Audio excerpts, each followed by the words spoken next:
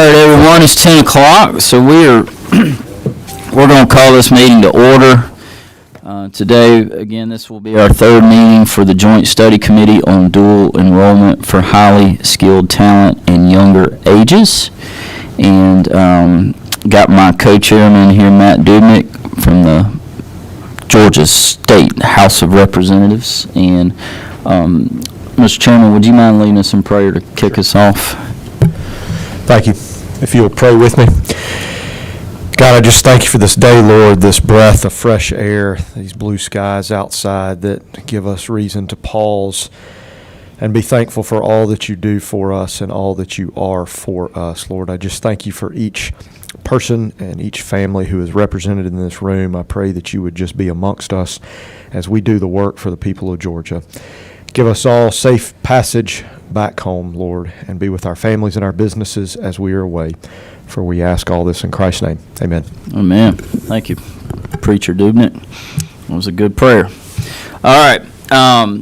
One thing, typically we start off with introducing our committee members, which we will get to that. But first, one thing we have not done, and this is a failure on my part, we have not actually introduced the staff that help these things go on. Without them, there is none of this, because we're kind of helpless up here. We can't even tie our own shoes, which is why I wear boots. So first off, I want to introduce, start with my assistant, Mercedes Benitez. She just does a fantastic job of keeping me straight. And next we've got, Representative Dubnik's assistant is Ivy Birch, who's not in here today, but I'm sure she's watching, so hello, Ivy. We have sitting next to me, she has the tall task of keeping me in line today, is Morgan Hall. She's with the House Budget and Policy analyst. And we have our new deputy director over in the Senate Budget and Evaluation Office, Austin Trott. Austin, thank you for being here.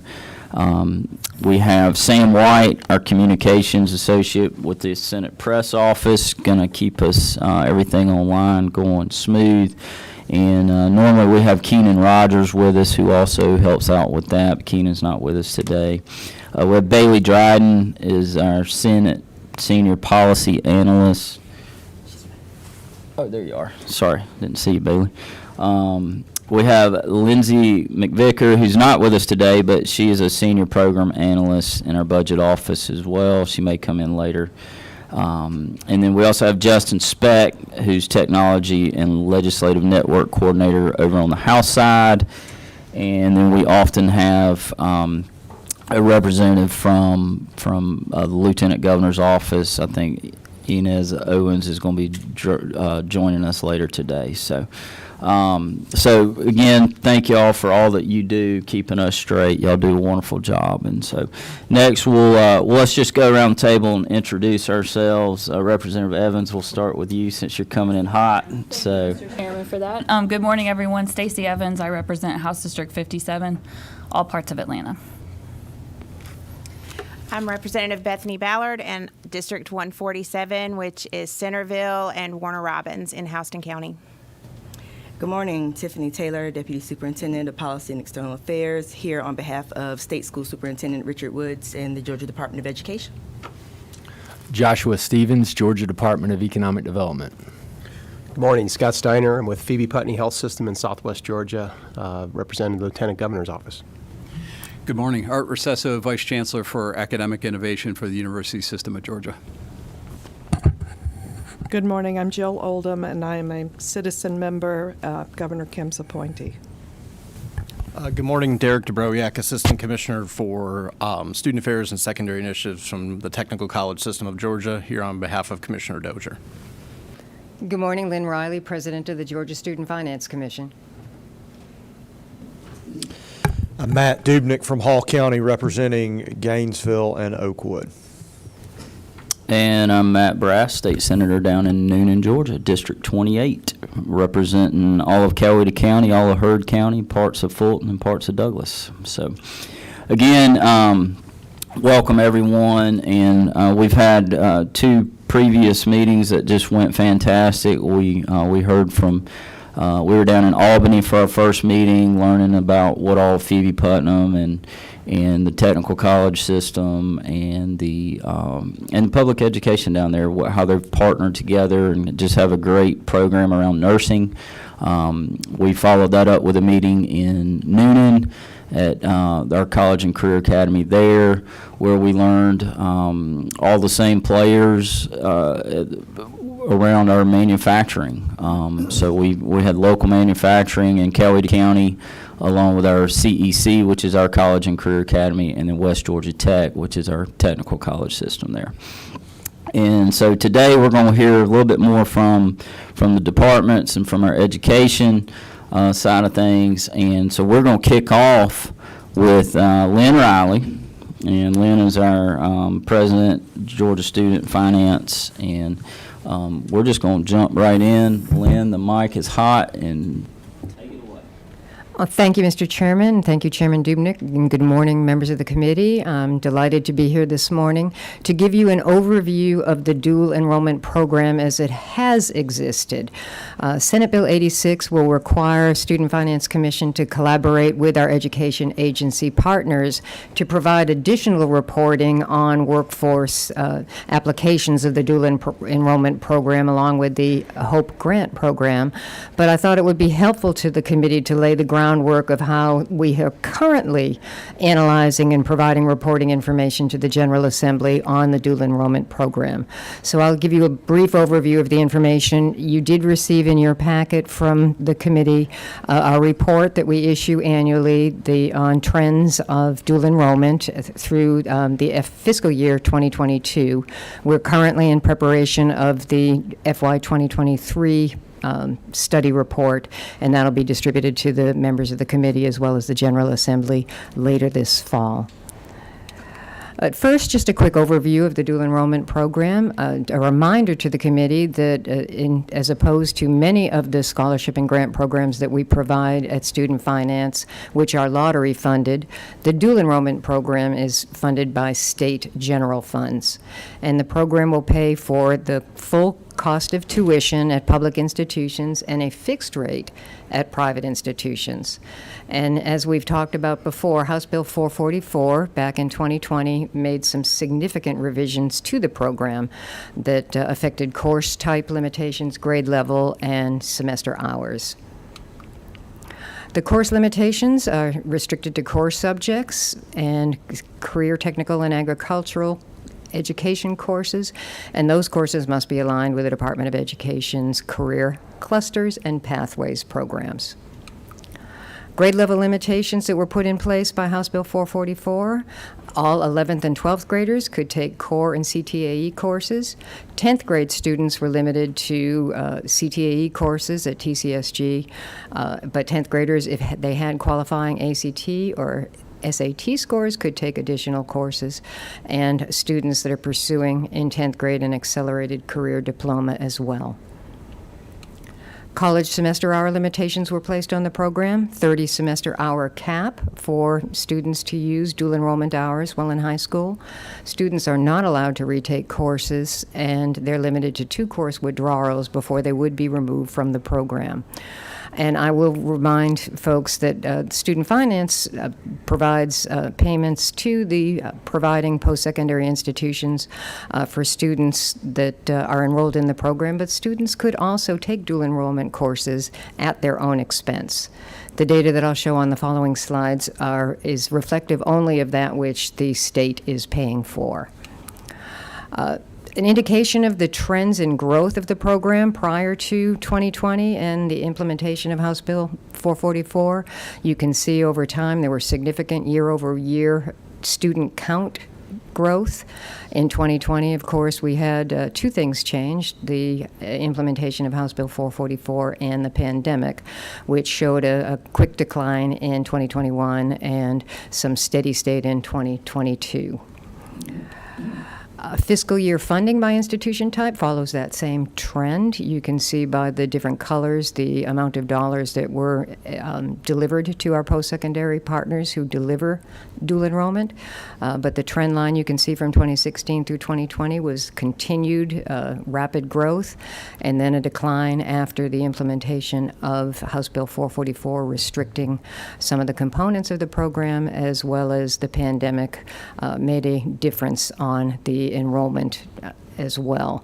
We have seen in FY 2023 some increase again. We were just shy of $74.5 million of outlay in FY 2023. And as I said, we will provide some breakdown of that detail in the coming month or so on more specific data for that fiscal year.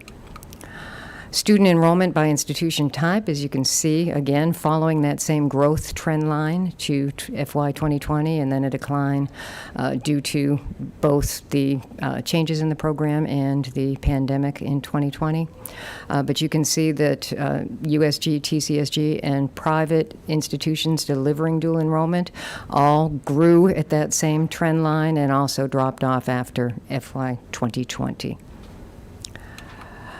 This slide will indicate where things changed that wasn't due to due to the House Bill 444, but due to the pandemic. In FY 2020, delivery of the programs were primarily on college campuses. However, the pandemic changed how students received their education, and you can see the dramatic growth in online delivery in FY 2021. That leveled out a little bit in FY 2022, but it is more indicative from our preliminary information that FY 2023 is consistent with 22. And just to show that the changes by House Bill 444 in FY 2020, prior to that, we did have freshman enrollment in the program, but House Bill 444 did make that change. So in FY 2021, we did not pay for any students that were freshmen enrolled in dual enrollment after FY 2020. And you can see that the 11th and 12th grade utilization remains fairly consistent in proportion in those subsequent years. Advanced coursework for the high school class of 2022, 55% of the class of 2022 took some form of advanced coursework while they were in high school, and you can see by the pie chart the allocation between dual enrollment, APIB, students that took advantage of both, and the 45% that chose not to take advantage of any of the advanced coursework. And on the right side of this slide, you can see the GPA outcomes for students that did participate in some type of advanced coursework, generally outperformed the entire FY 2022 graduate population and significantly outperformed those that chose not to take some type of advanced coursework. Post-secondary credentials earned while in high school. This is graduating classes of 2016 through 2021. And you can see that on the left side, significant growth over time. And again, some changes due to changes to House Bill 444 and enrollment adjustments that resulted from the pandemic.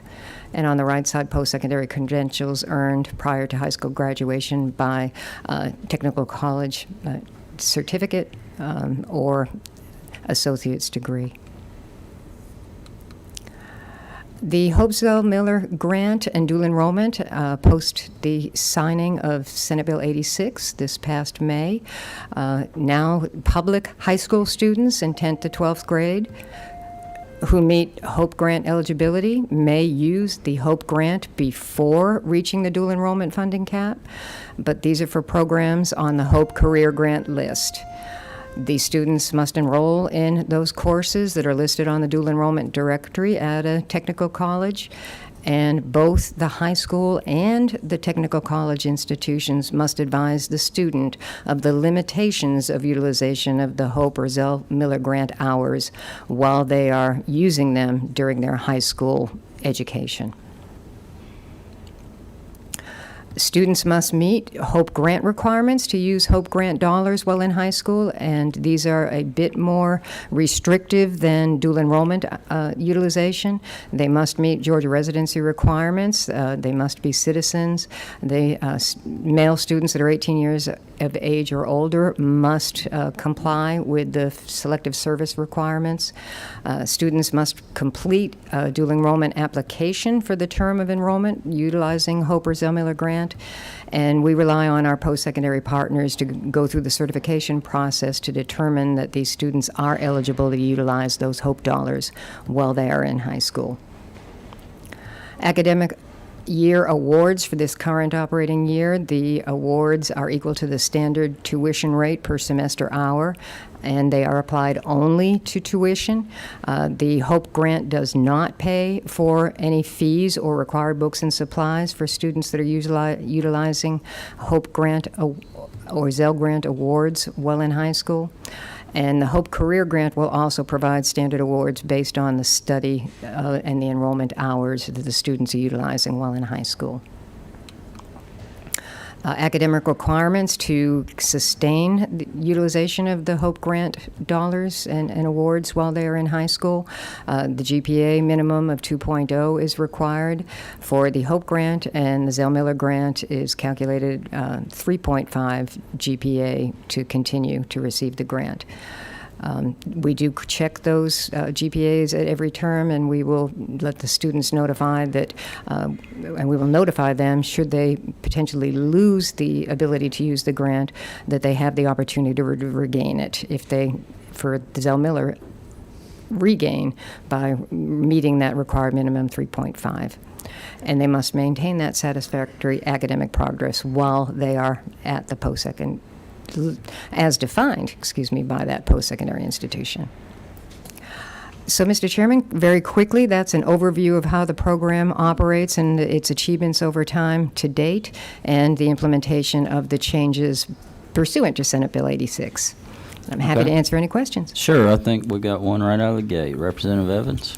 Thank you, Mr. Chairman. Thank you, Madam President. When you talked about the ability of the students to use the Hope Grant prior to graduation and how there's a need to advise the students that if they use it, it's gone, could you help me, and maybe others in the committee have the same question, what would be the advantage for using those dollars early before you've maxed out on your dual enrollment dollars? Like, why would anybody actually want to do that? Thank you for that question, Representative Evans. I think we heard when we were at Noonan some of the programs that require some flexibility in the utilization of public funds to provide this training for students that wouldn't meet the requirements on dual enrollment to take only core courses in 11th and 12th grades. So some flexibility has been sought to allow students to take other courses prior to using the dual enrollment courses that have been restricted for just those core courses. So this has been a concept that has been able to be used advantageously at some of these career academies. Okay. And we make sure that if the dual enrollment dollars can be used, they are used before the Hope Grant dollars are even an option? Senate Bill 86 is now allowing the utilization of Hope Grant dollars without exhausting all 30 hours of dual enrollment credit. And so that is why the schools are asked to make certain they advise the students that if they consume any Hope hours during high school, those hours would not be available to them when they pursue any type of further education post-secondary. And I think my question wasn't clear. If dual enrollment dollars can be used, though, they are used. But if it's a course that they want to take where they can't use dual enrollment dollars, then that's the only reason we would ever even talk to them about using Hope Grant dollars. That is the goal. Okay. To ensure that the 30 hours of dual enrollment are used to the maximum and nothing is left on the table. I just want to make sure that students aren't, accidentally using grant dollars when they could use dual enrollment dollars. If there's a way for us to put a safeguard in place for that, I think we should, because I worry about students that aren't super savvy and maybe don't have parents at home that can help them make sure they're not using dollars for something that they don't have, when there are public dollars available, that they don't have to use their later dollars. If there's some way we could put in a fail-safe in the system, I think we should look at that. Thank you. Thank you.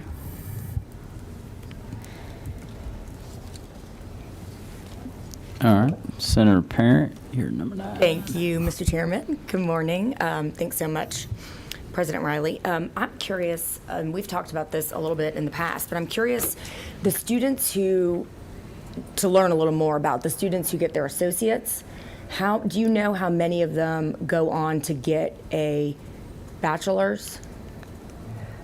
We certainly can be looking at that information. I don't have it available to me today. I know that Senate Bill 86 is going to be requiring us to look more closely at specific outcomes of the dual enrollment program, and we are relying heavily on our post-secondary partners to be able to provide that information to us going forward. Well, certainly. I think that data collection will have to be a partnership with everyone involved in the system, and I do think it's, as we've talked about, critical, because that way we can make decisions that are based on best use of the dollars to further goals of the program, right? Another question, do you know how many credits are lost on average between the dual enrollment courses?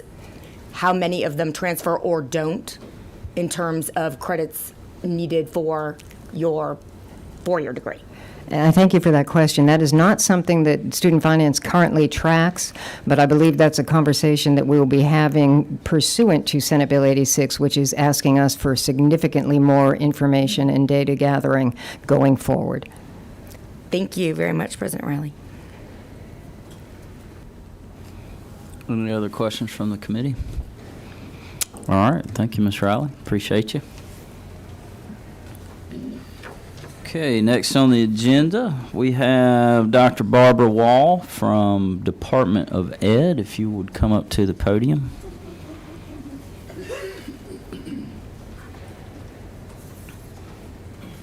Thank you, Dr. Wall, for being here.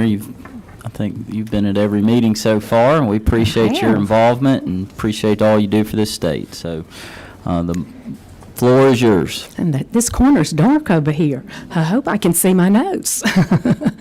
I thank you, Senator Brass and Representative Dubnik, for inviting the Georgia Department of Education over to bring some data to you and present some data about our career tech and ag education programs. Thank you so much. That's much better. Let there be light.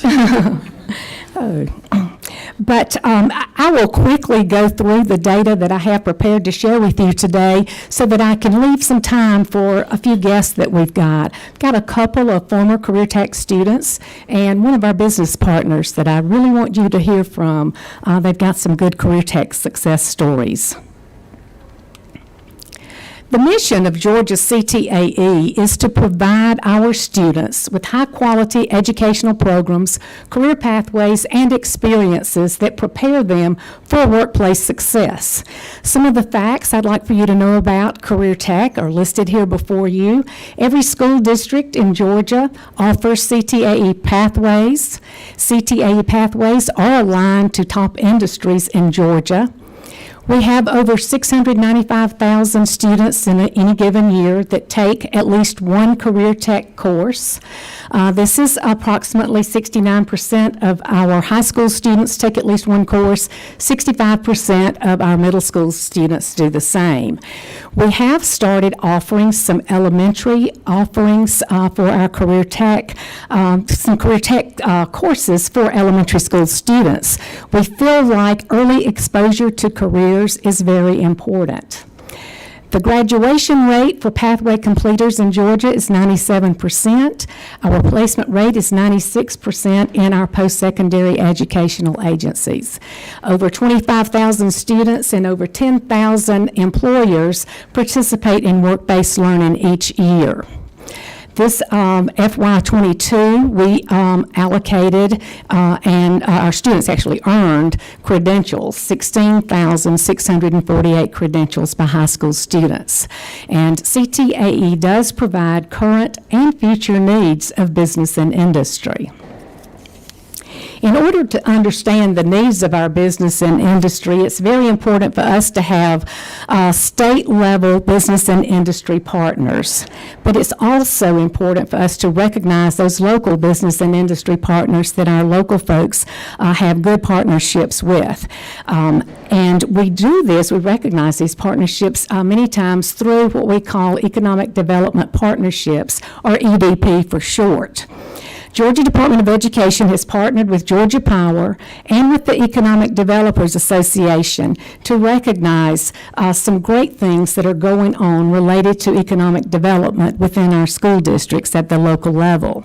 EDP is a distinction, and it's a voluntary distinction for a district-wide process that prepares school districts to adopt best practices from economic development and behaviors that are characteristic of economic development. It also helps to strengthen career tech programs and align education to key regional industries. We did a pilot program with EDP in FY18. There were 5 different school districts that went through that and earned that distinction.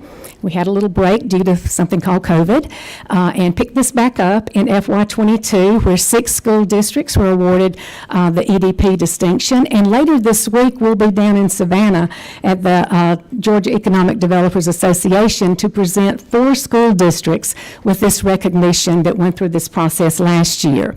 We are working with 6 school districts for this coming year that's pursuing the Economic Development Partnership recognition.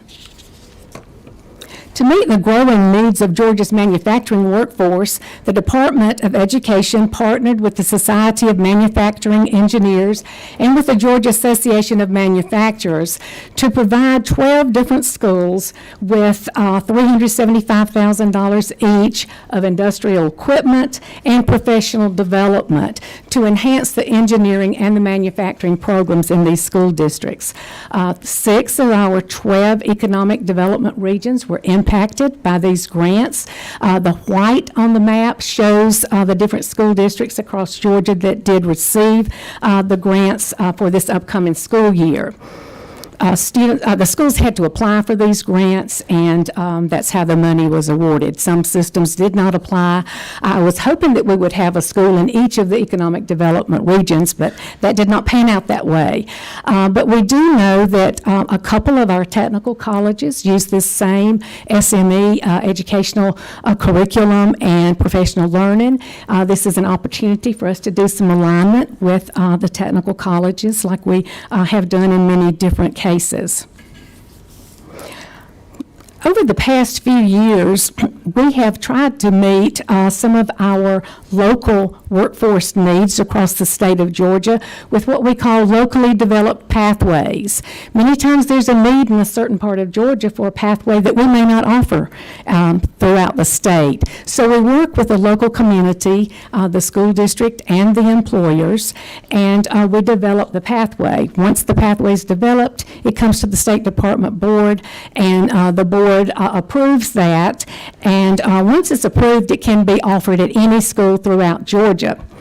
For example, down in Toombs County, southeast Georgia, they had a big, strong interest and need for heavy equipment operators. We helped them develop that local pathway. We had that pathway approved by our state board. So now we have 14 different school districts across Georgia that are able to offer that heavy equipment operations pathway.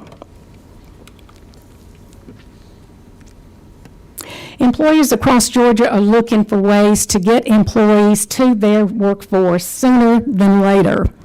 And making transitions from high school to post-secondary smoother without repeating coursework is one way to get employers into the workforce much faster.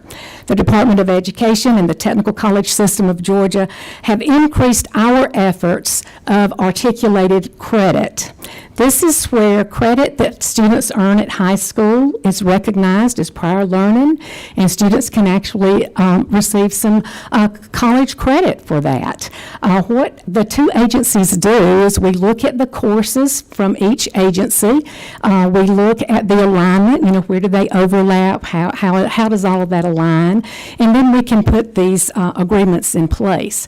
We currently have 19 of these agreements. 18 of these are with the technical college. One is with USG System. We see these growing across both agencies, the technical college as well as USG. There are 8 agreements, as you see on the slides, that's in the pipeline right now that will be ready for our students to use in the very near future. Through CTAE, we deliver students that are prepared for workplace success, and we also deliver business and industry partnerships. With me today are a couple of former CTAE students and one of our strong business and industry partners. So I want to ask Jonelle Simpson to come join me at the podium. He's sitting there in the back. Jonelle's one of our career tech students from Seminole County High School. And if you will, Jonelle, take 3 to 5 minutes to talk with this committee and share your career tech story. How did career tech help you get involved in the career you're in today? And do you feel like you were prepared? Great, thank you. You said be brief. That's hard for a black Baptist from South Georgia, but I'll try my best. John L. Simpson, so glad to be here. To the chairman and to the committee, thank you. I'm a former CTAE student, did the business pathway in high school and was a member of the Future Business Leaders of America. And if you ever hear me tell my story, FBLA will always be a part of that story. Because in the 10th grade, I got to go to Nashville and compete in a national public speaking competition, and I placed first in the nation. And being from Donaldsonville, Georgia, thank you. Being from Donaldsonville, Georgia, that was a big thing for me. I had a thick accent, and it just really showed me no matter where you're from or where you come from, your background, your family environment, that you can always achieve success. So FBLA, which is one of the CTSOs through CTAE, has taught me that. And those lessons have led me to my career today as a trial attorney. I practice law in Athens, Georgia. It led me to be the student body president at the University of Georgia. It led me to be the Student Bar Association president at the University of Tennessee College of Law. And it all goes back to CTAE. But right before I went to law school, I worked at a career academy in Athens, and I was the system-wide work-based learning coordinator, which is a component of CTAE. And we took students, at the time when I started, we had 20 students who were working and getting real-world experience and learning all the skills that employers are complaining that people don't have today. When I left, we had 150 students in that program. And one of my students, when I went back to Athens to start practicing law, asked if he could meet with me. He told me he was at Kennesaw. He was studying engineering because I got him a job at Caterpillar while he was in high school. He bought his first car, which ended up being the family car, and he was on his way to complete his 4-year degree. Well, 4 years kind of a stretch with engineering. I guess that's like 5 years at Kennesaw, all because of CTAE, work-based learning, and the CTSOs that he was involved in. So my experience was great. It really led me to be who I am today and do what I do today. It taught me the importance of public speaking, which helps me advocate for my clients on a daily. It taught me the importance of networking. I try to know somebody in all 159 states. Actually, my roommate from freshman year is a Georgia State Senator and was also in FBLA, which is how we met. So that just tells you the success stories that are behind it. I'm on the Chamber of Commerce board in Athens, and I hear employers and I hear all these business people talk about we need workforce development and we need workers and we need people that come in and they're prepared to work. And all of the things that they're brainstorming about, I'm like, it's already been done. You have CTAE, you have work-based learning, you have CTSO, you have dual enrollment, you have your technical college system, and what you need to do is figure out how to tap into those things. So we have a good framework here in Georgia, and I thank the committee for the work that they do, Department of Ed for the work that they do. And if you ever think the work that you do is not important, just think about the little boy from Donaldsonville, Georgia, who was able to succeed because of FBLA and all the opportunities and the exposure that it provided him. So thank you. Thank you, Jonelle. We're proud to call you a CTAE student. He's a CTAE student for life. Nathan Faircloth is our next career tech student. He's from Lowndes County High School. He graduated in 2021, and he's going to take 3 to 5 minutes to share with you his career tech story. What is your career going to be? Where are you now? And are you prepared? Good morning. Good morning. I don't know how I can follow that resume. Good gracious. Well, good morning, everybody. My name is Nathan Faircloth. I'm from Valdosta, Georgia, Lowndes County. My story really begins in the 8th grade, where I finally decided I wanted to be an architect, and we took a freshman tour. 8th grade took a freshman tour to Lowndes High School, and we went through the architecture pathway in the architecture drafting design classroom, and I fell in love with architecture. Seeing the models in the room, got to meet the drafting teacher, and from day one, I just fell in love with it. So from that day on, I knew that architecture was for me. So that really was kind of the spark that led to me walking down that road of I completed the drafting pathway, and I completed 3 semesters worth of work in 2. I took the accelerated pathway through all the CTAE courses. So really, CTAE was really the foundation of my career as an architect. So having that kind of foundation really opened the door for work-based learning to work at a firm starting in high school. So with working at a firm in high school, I was introduced to the work-based learning coordinator, Jason Van Us. He connected me with a local firm, Studio 8 Design. They asked if anybody was interested in working as a high schooler at an architecture firm. So I jumped at that, interviewed, got the job, and I was like, okay, well, I don't know what I'm doing here. And they were like, that's okay. You're not supposed to know what you're doing here. I spent 2 years, started the summer after my sophomore year of high school. I'm still working for them remotely. Even I'm a 3rd-year architecture student at Georgia Tech. So I've been working with them now for over 4 years. I have been growing in that job. I've got a job lined up after I graduate college. But really and truly, the CTA classes, everything I learned there helped me. I took what I learned in those classes, that pathway, took it with me to the workplace, and then from the workplace, I've taken that to school. Freshman, sophomore year, I was light years ahead of my classmates because of everything I learned on the job.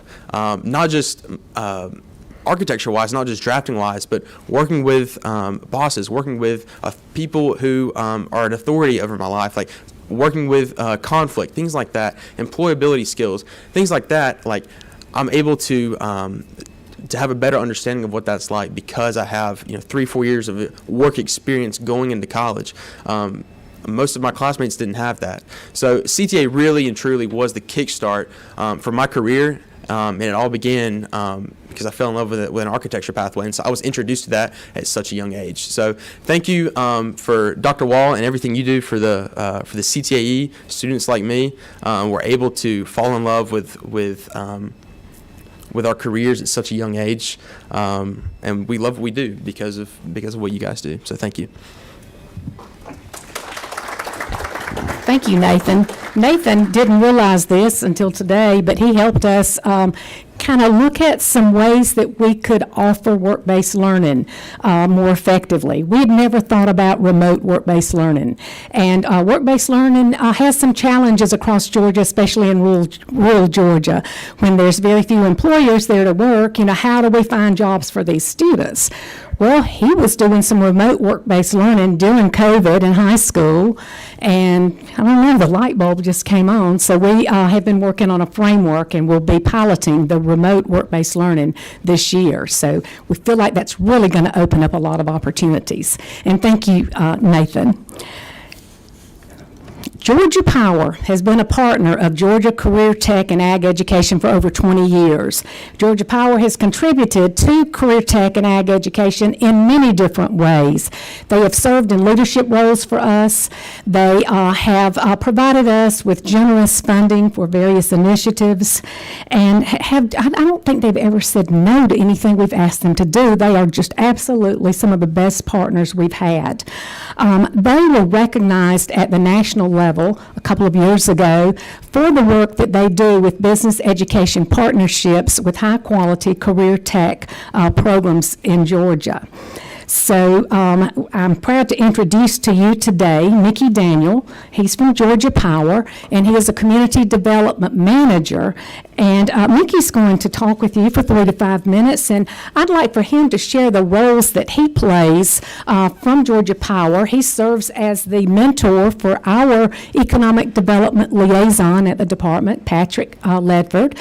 He works with our EDP, is right there, boots on the ground with us with EDP in the school districts. And if you'll just explain a little bit about the ROI that Georgia Power has from these partnerships, that would be great. Thank you, Dr. Wall. Thank you, members of the committee, for having us here today. My background, I have to tell, Dr. Wall knows this. I was an educator for 17 years, taught AP Physics in Houston and Bibb counties before transitioning to Georgia Power in the Educational Workforce Development team. For the last 6 years, I've been on the Community Development team, where we work with local governments and leaders to help strategically plan for business growth and economic development. We believe prosperity for all of Georgia's citizens. I grew up in a rural community, so I understand what Dr. Wall is talking about when having those opportunities for rural communities matters. As part of our work at Georgia Power, Dr. Wall said we partner with the state. We've also partnered with Carl Vinson and other institutions to develop workforce planning guides, alignment toolkits to ensure that our school systems and our community partners can build those alliances with their business partners, industrial partners, chambers, and other nonprofits to better the community. Because Georgia, as you well know, has been the #1 state for business for the last 9 years. And as such, it's built on a foundation, and that foundation is education. Everybody knows if you're in real estate for years and years and years, the #1 thing was location, location, location. Well, now it's workforce, workforce, workforce when it comes to attracting industry. And Georgia has abundant workforce. But we must continue to build on that workforce foundation by continually to give opportunities and enhancements to build highly skilled students. And that's where we must continue to work. And I have a few notes. I'm sorry, I'm not as adept as John L., so I have to write them down on my phone and then just look back down at them. With that, I also want to talk about CTA's role. And often it's overlooked, the role that CTA plays, because students like Nathan, I was an architect student, found out I didn't want to do architecture. But all too often, especially in rural communities, smaller communities, CTAE could play a more vital role, but it's limited. And it's not the school system's fault, it's not the school's fault, it's not the state's fault. It's just the opportunities that we have. Smaller school systems, you may have 3 CTA programs. And so you have 3 CTA needs or programs that are going to address and attract students. When many of those systems, they're trying to build their own teachers. So education is a pathway. Or maybe they're doing law enforcement because law enforcement is a pathway because it's a critical need. We need to expose students at a younger age, and CTA does that. And I'm a huge advocate that we need to push it down into middle school more so often so that students can get an early jump. If you look at the Governor's Office of Student Achievement data and you look at some of their cohort data, you realize that most students after graduating 5 to 6 years have no attainable skill sets. Now that doesn't say they don't go back to the technical college and attain those at 27, 28, which is usually the average age of going to technical college. But all too often we have too many students not getting exposed and not realizing the careers that can change their lives in rural communities and other communities across the state. And it's not just rural, but I speak from my region, which is very rural, from Macon down to Metter. So what I'm trying to say is CTAE plays a vital role in that, and the earlier that we can expose students to CTAE dual enrollment opportunities to give them technical skills and skills that can change their lifestyle, we need to take advantage of it.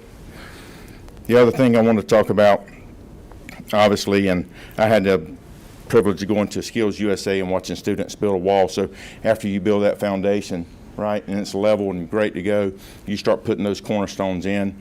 But finally, you need, like CTA is a cornerstone, and there's many other blocks that go in that wall, but you need a mortar. A mortar holds it all together, and that's what I love about the EDP program. EDP program, as Dr. Wall alluded to, and yes, he asked me to serve as Patrick Ledford, who's our liaison, his mentor, because of my diverse background. But the EDP plays a vital role of examining school systems on 6 criteria to make sure that they are doing best practices. Am I meeting with all those stakeholders? Are we engaging? Because all too often in our worlds that we live in, whether it's a legislative body, whether it's a local school system, we live in silos. We don't realize our work crosses over and should cross over more. So the EDP is a way that brings all of those partners to the table to say, are we maximizing the opportunities within our K-12 system, our TCSG system, or USG, or just in workforce in general, to get the skill sets we needed to sustain the state of being the #1 state of business for business. So with that, I'll close and just say, look, guys, we've gotten here because of the hard work of education and other partners, funding from the State Department of Education Guidance, our chamber who supports us. We need to work together to increase those opportunities for our students in the state, because without those opportunities, without those work-based learning opportunities, without that exposure to work, our workforce will not continue to grow to meet the high skill, challenging jobs and positions we have. So thank y'all for having me today, and Dr. Wall, I'll turn it back over to you. Thank you, Mr. Daniel. Appreciate that. And Georgia Powers, I'll speak for my district. Y'all have been a great corporate citizen, and I think that probably goes around the state. So appreciate all y'all do. Dr. Wall, for the sake of time, let's jump into Q&A real quick, because I do have a couple questions. One of your slides had kind of walked us through that one right there. You knew what I was going to. That kind of walks through how y'all develop your CTA pathways list. You talked a little bit about that, or maybe it was the previous slide. You said it basically starts at the local level, and then they make. Can you walk us through that again? This is actually the articulated credit that we do with the Technical College and USG. Okay. These are the locally developed pathways.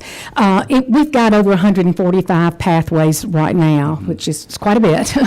But, sometimes a local district will say, we need heavy equipment operations, for example. And there was really nothing on our pathway list that included that. So we met with the local folks. We had to make sure industry really needed that it wasn't just something that we wanted to just add for extra frou-frou or whatever. Right. But industry truly needed heavy equipment operations down in Toombs County. And it was very obvious from conversations with them. So my staff worked with the educators there and the industry there, and they developed a pathway for heavy equipment operations. Brought it to the board, state board, for approval. It was put out for how many days? I can't remember. It's 60 or 90 days now that we put it out for public review and go through that whole process, and it was approved. So now other school districts can offer that same pathway. And all of those that are listed there are locally developed pathways. Many of our pathways, most of our pathways are state developed, that we've developed over time. Okay. But sometimes we find a need that has not been met, some changes that are occurring out there in the workforce that need to be addressed. Is there ever a scenario where, let's say, that need has been met, that you would potentially do away with the pathway, or? We have not truly done away with pathways, but I would not mind looking at our pathways, studying through those pathways. If there was a need to eliminate some, I wouldn't have a problem with that. Right. Okay. And I mean, the reason I ask is one of the things I tasked this committee with in the first meeting was, as we're as we're continuing to develop, dual enrollment through the years, is we want to make sure it's sustainable, and so I'm just trying to figure out the ins and outs of how these lists are developed and how they're maintained, and so I'm just that's where my questions are coming from. So. We try to make sure that our pathways are aligned to industry needs, Okay. to the top industries in Georgia, and sometimes those things change. Right. We've added like the film and entertainment areas. We've added artificial intelligence.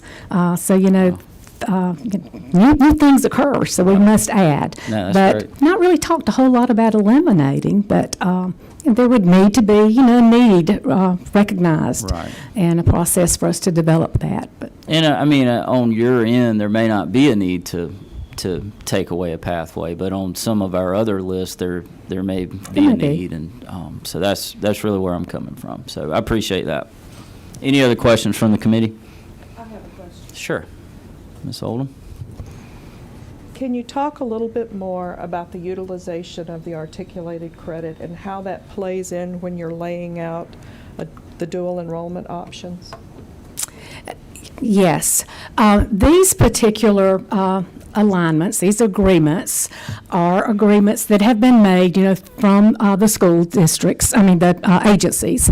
And while students are still in high school, they have to follow, the agreement, whatever is in place. And once they enroll into a college, they receive those college credits that have been agreed upon by the agencies. There's, not an extra cost to taxpayers there. But it is a way of earning college credit. Is that option looked at as the dual enrollment plan is laid out for the student? So they're not essentially taking a course twice? I can't say that for certain, Jill. I know, it may be different in each district. These statewide articulation agreements are fairly new. We've had, some individual agreements that's been made locally with the technical college and a local school district, but these are some statewide agreements that have been made within the last 2 years. So we have tried to aggressively create some of these agreements to help our students not have to retake coursework once they complete high school. Why, if they can earn a credential that's recognized by business and industry, and it's the same credential that they're going to be earning at the technical college, why do we need to repeat? And that's recognized by the different agencies. Senator Parent, did you have a question? Yes, I do. Thank you, Mr. Chairman. Number 9. Thank you so Oh, much. sorry. I may have the same question for some of our other partners who are in the room, but following up on Ms. Oldham's questions, it's a number of years ago, I became aware that some other states were moving to make this process more transparent and seamless. For example, in Indiana, they have like a past their legislature instituted a 30-hour college core. And there's universal numbering, I believe, and that actually, the universal numbering I know Florida has also done. And they all transfer seamlessly between all of their public institutions. And when I look at this, it seems a lot more complicated than that sort of notion. Basically, it's a moving towards a universal articulation without having all of these different agreements, and this might transfer here and this might not here, because you're dealing with kids where it's complicated. And I think we could all share the goal that credit loss is not productive. It's not productive for the students, it's not productive for the families, it's not productive for the taxpayers, frankly, when we're trying to blend all these programs that we're talking about together to have it be as seamless and therefore effective as possible. What's your view on something like what Indiana has put in place, where there's a block of courses that go everywhere, and it would be very easy for students to understand? I must say I'm not extremely familiar with what Indiana has done. I hear what you're saying. It sounds like the movement is much easier, much faster, smoother. I would need to look at that a little closer to really understand that a little better. But that smooth transition really is important for our students to have. Agreed. Thank you. Chairman Dubnik? Good. Oh, Sorry. sorry, I thought you had a question. Any other questions? Thank you, Dr. Wall. Appreciate you being here. And again, just to our speakers, if we'll Nobody has to be crunched, but we all are running a few minutes behind together. But we're going to continue with our next couple of speakers who are our committee members. So Derek, if you want to take the podium as we get the slides pulled up and speak to us from a TCSG standpoint about these items. Yes, sir. Thanks, Thank you, ladies and gentlemen, and thank you, Senator Parent. I'm originally from Indiana, so I appreciate the shout out. So, but I'm much happier to be here in Georgia. So, I just want to briefly share some information about TCSG, mainly centered around accelerated career and our dual enrollment. Accelerated career is another pathway to a high school diploma. Just as a reminder, students complete 9 core courses and then either 2 technical certificates, a diploma, or an associate's degree, and then are awarded a high school credential. You saw examples of that when we were in Noonan as well as in Albany that they're utilizing this program.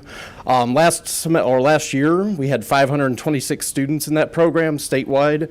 You see the 3 most popular programs are all centered around tech ed, and then also our programs with the most awards are in welding and our automotive program. So students are taking advantage of these. When students finish, about 56% go on to continue their education. So they're moving on to a USG institution or coming back to TCSG for further education. 44% of them are hitting the workforce right away when they're done. So these students are being productive. They're finding their goals that they've set out for themselves. So, excuse me. Dual enrollment trends, as President Riley highlighted earlier, with some of the changes, we saw a dip in enrollment between the pandemic and the House bill changes. Our dual enrollment numbers have rebounded. This fall, as of right now, at our 7-day census, we had 34,794 dual enrollment students we serve throughout the state. So TCSG is doing a lot of that work in the high schools and on the college campuses as well as online. Dual enrollment, our students are actually earning credentials when our dual enrollment students come to us. You can see the trend in terms of graduates. It took a slight dip in 22, but our awards continue to go up that we're actually awarding students. So students are earning certificates while they're in high school. Our policy allows us to award those as they earn them. So it could be a junior and have a certificate that they've earned. They could be a senior, probably not a sophomore, but there are some that have that potential depending on how many courses they've taken. So the students are leaving and they're either career ready or they're future college ready when they're leaving TCSG. I really also wanted to turn attention to Hope Career Grant. That's the supplemental grant that President Riley talked about, 18 different career areas. Those students that are actually finishing those programs, and that program is designed around really getting folks out into the workforce. You can see the number of graduates. Our final graduates for AY22 weren't due until Monday, so we'll have those final stats to be able to share if y'all are interested in any of those. But the Hope Career Grant really focuses on getting folks in the workforce, and you can see by the numbers that 77% back in 2021, and as of last Monday in 2022, almost 80% of our graduates from those programs are in the workforce in their career area that they've chosen. So really it's a program that those that are identified like I said, by our local colleges and also in collaboration with GSFC and the governor's office. And so those programs really lead to those careers and turning out productive citizens. So, and that was brief. You get an A+. Did you have a question? If you could go back, and you don't have to go back to the slide, but just on that very first slide, yeah, right there, sorry. Yep. I mean, you're 2% off that 2020 number. Where are projections right now? Where do you foresee those numbers? Is it going to level out? I mean, obviously, that's quite the trajectory, even because of the pandemic and House Bill 444. So just love your commentary on that, please. Sure. No, I mean, I think we're seeing an increase. Like I said, more high schools are utilizing the dual enrollment option that goes into a lot of advising. Our colleges, like I said, are very flexible in terms of delivery model for those high schools as well, so they're very adaptable. The career academies continue to grow in terms of number as well as those students taking advantage of dual enrollment. I think, like I said, we're going to continue. We have another enrollment period that begins in October for our colleges, so we may see some students there. But it looks like I said, the clip it's going, I would expect probably some slow, steady increase in the 1% to 3% range continuing on. It may eventually level off. I think we're going to hit a capacity probably after another couple of years, but there's just an increased desire for students to be able to earn that credit. And with some of the changes that we've made in terms of access, as our role as the 2-year access institutions, it just really allows those students that pathway and opportunity to begin something earlier. Thank you. Representative Evans. Thank you, Mr. Chairman, thank you so much for this information. TCSG always warms my heart, so thank you for being here. I have a question about the tracking numbers. The 56% of students that continue education after dual enrollment is great, and then the 44% being employed is also great. But I suspect that's information that we have right at graduation. I'm wondering if we track that, say, 1 year later, 2 years later, 5 years later, and if we also look at in-field, what are they earning, so that we don't just pat ourselves on the back after they walk out the door and then we don't really know what's happening. Yeah, absolutely. And these numbers actually, like I said, there are graduates in 2021. We track those graduates a year in arrears so that they actually, once those students figure out, are they going to work, are they going to education?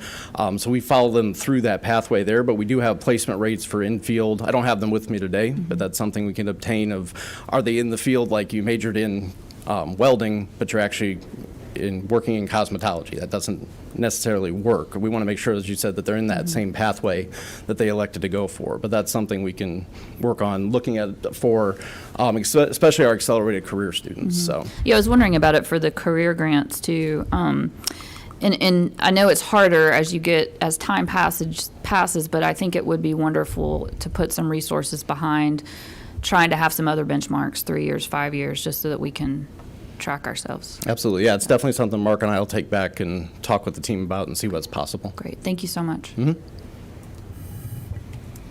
Any other questions? Okay, I've got one. So in regards to the Hope Career Grants, those, what list do y'all work off of? It's a list that's approved in conjunction with OPB as well as GSFC. So it's a list of, inside those 18 career areas, we have certain certificates and diplomas that actually fit under that criteria.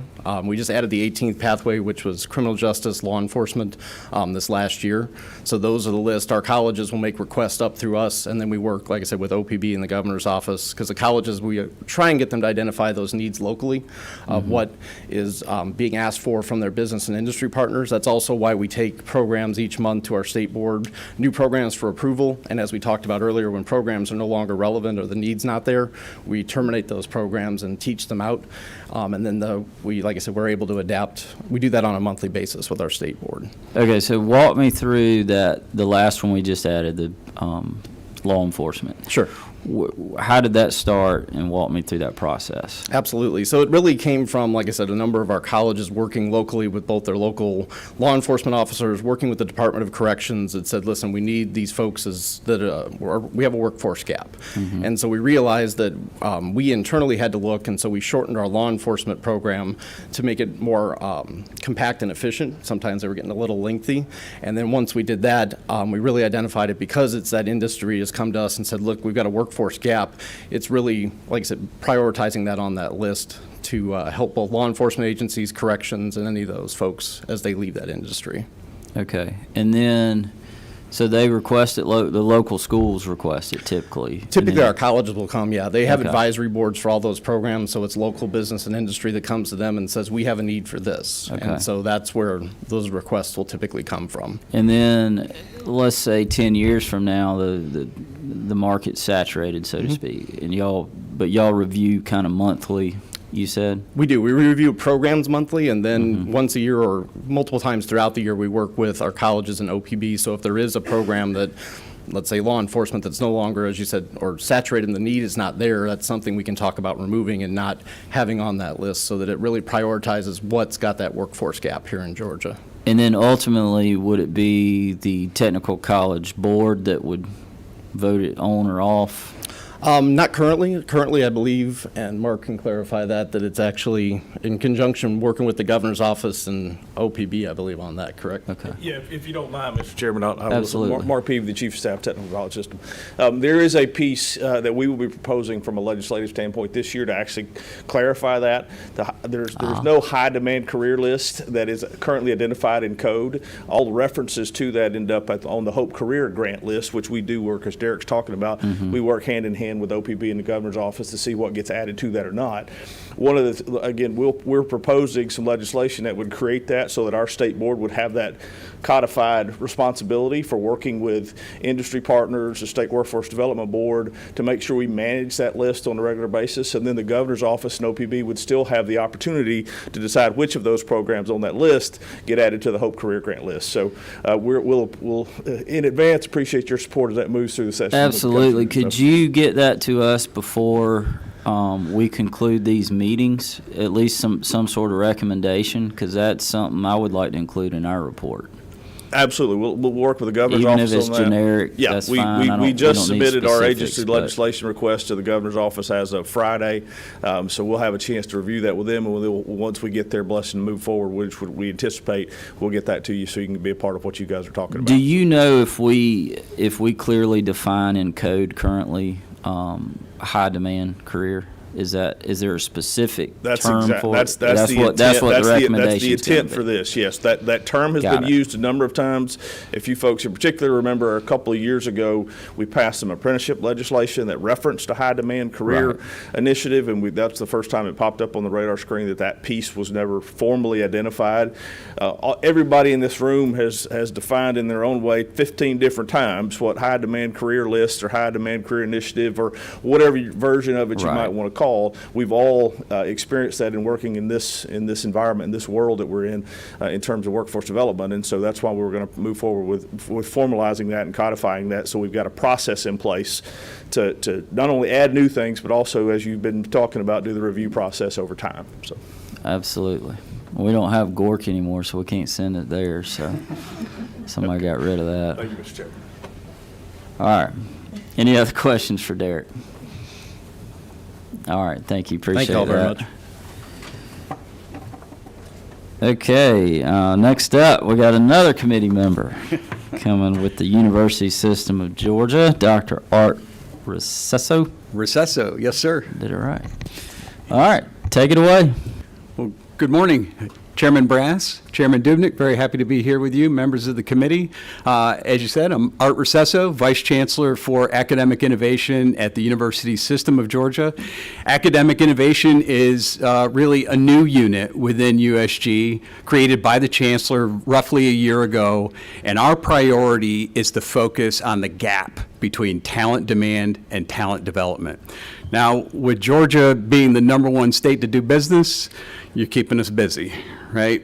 The challenge is that some of the high demand growing areas of employment are not readily available in the data, in the labor data, in the workforce data.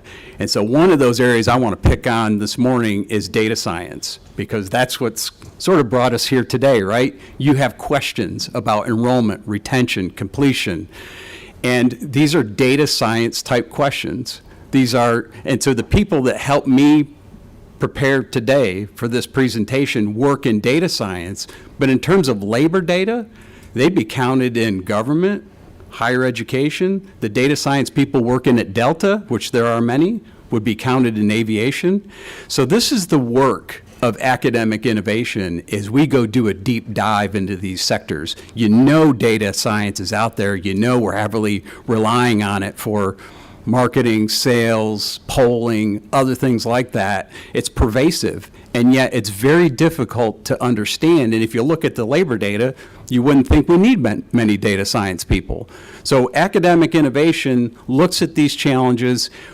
In this case, we did a deep dive with 50 employers in the state and asked them, what do people need to know and be able to do? What are the roles and responsibilities in data science? We capture that in a document that we call a playbook, and then we make that playbook available to all 26 institutions, where the faculty take that information and convert it into learning outcomes, into curricula, courses, and the degree pathways that we're talking about today, so that more people know about these opportunities and find a development pathway, and we grow the talent that the state needs. So this is just one example where 26 institutions have come together with the employers, including a partnership with Oracle and the Oracle Academy. We are capturing best-in-class assets with the faculty and the employers to make best-in-class teaching and learning assets available to all faculty, all teachers throughout the entire state. This is how the University System of Georgia is addressing the need to scale and close that gap in the talent demand and talent development. And it's just one example I'm going to dive into today. But first, we wanted to talk about the development pathways. And this is where my colleagues have spent a little bit of time today. It's absolutely critical that our students know that wherever they start their college experience, if they're starting in Brunswick and they're starting at the College of Coastal Georgia, that they can begin their courses, they can begin and complete a degree, a 2-year degree, say, at that institution, and now they end up in Columbus. Great job at Pratt & Whitney. They can take those courses, they can take that degree with them and complete the next credential, maybe a 4-year degree at Columbus State University. My first example of the dual agreements between Georgia Highlands, University of West Georgia are exactly that. I can start my coursework at Highlands in Cartersville. I could complete my courses and know that if I land a job at Southwire in Carrollton, I can take those courses and those degrees with me and complete another degree, a 4-year degree at the University of West Georgia. The Regents Engineering Pathway, any student that begins that Regents Engineering Pathway at any USG institution, say at Georgia Southwestern, can then complete that 4-year degree in engineering at one of the colleges of engineering, for example, Georgia Southern. The General Education Core came up as a question earlier. This is exactly what's in place, is to say the Gen Ed Core being the early history, the early English, the early math courses that we take as a foundation for our development before we get to that professional education, is approved and adopted and transferable throughout the entire system. So we do have that in place, and those agreements are in place. Again, if I start at Middle Georgia State University and I transfer to the University of Georgia, those credits come with me, making it seamless. A lot of people don't know that USG institutions offer 2-year degrees. And those 2-year degrees also transfer to other institutions so that people can continue their development and earn a 4-year degree. The USG has a unique degree, nowhere else in the country, this Nexus degree. Now, I could have spent 15 minutes trying to explain this one, right? But I'm going to try to do this justice very quickly. We built the Nexus degree with employers. They asked for this. And what they said to us is, the degrees that you have in place are outstanding. Computer science, the business degrees, we love your students, we're hiring them in droves.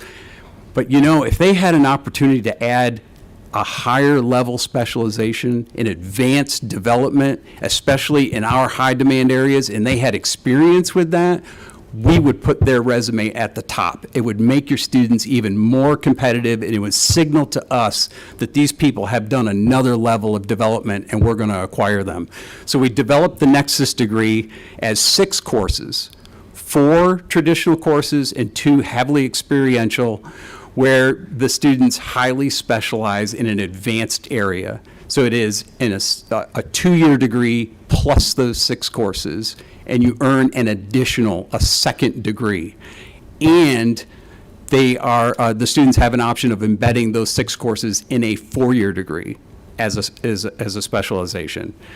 We also have multiple articulations agreements with the Georgia Department of Education. Thank you, Dr. Wall, for mentioning a few of those. I'm going to go into a few more in a moment. Dual enrollment, CTA pathway, certainly front and center there. We have multiple partnerships with the college and career academies. One of the ones I love most is the Middle Georgia State University School of Aviation. If y'all haven't been down to see that, it is just a gem of the system, and the work that the Dean, Aidan Clark, and his faculty are doing down there is pretty amazing. They have a great partnership with the Griffin College Career Academy and others. Please note that any one of these bullets I've put up here, there's a long list behind each one of these. I'm just highlighting a few. And of course, with the technical college system, we have multiple articulations around the state. They tend to be very localized. As an example, Dalton State College has a 2+2 program in place with Georgia Northwestern. I gotta make sure I get these right. In collaboration with the flooring industry. Another example is West Georgia Technical College has a 2+2 program with the University of West Georgia, with the Tanner Health System, and then there's multiple others around the state, not only in healthcare, but also in early childhood education. As I was preparing for this, I was actually surprised at how many early childhood education articulations we have in place with TCSG already. Dual enrollment has been very effective in increasing access and affordability of college to many students. We know, based on the data, that students that engage in dual enrollment are more likely to retain and continue and complete their degree. We have been trending upwards, like the TCSG saw growth up through the fall of 2021, had a bit of a dip last year. As of this morning, our projections are to be around 15,000 students, so we are trending back upwards for this year, again, back on track there. The collaborative pathways are something that is really special and unique to the University System of Georgia. This is where we're leveraging state assets, multiple institutions working together to provide a world-class curriculum on scale. So one of the examples here is the Georgia Film Academy. 29 institutions are part of this collaborative now, and it's growing. The Film Academy was established in 2015 through state leadership. It's housed at the system office. It's actually one of my units in academic innovation. To me, it is the model of work-based learning. That here you have people that are the faculty, are experienced in the field, teaching the students.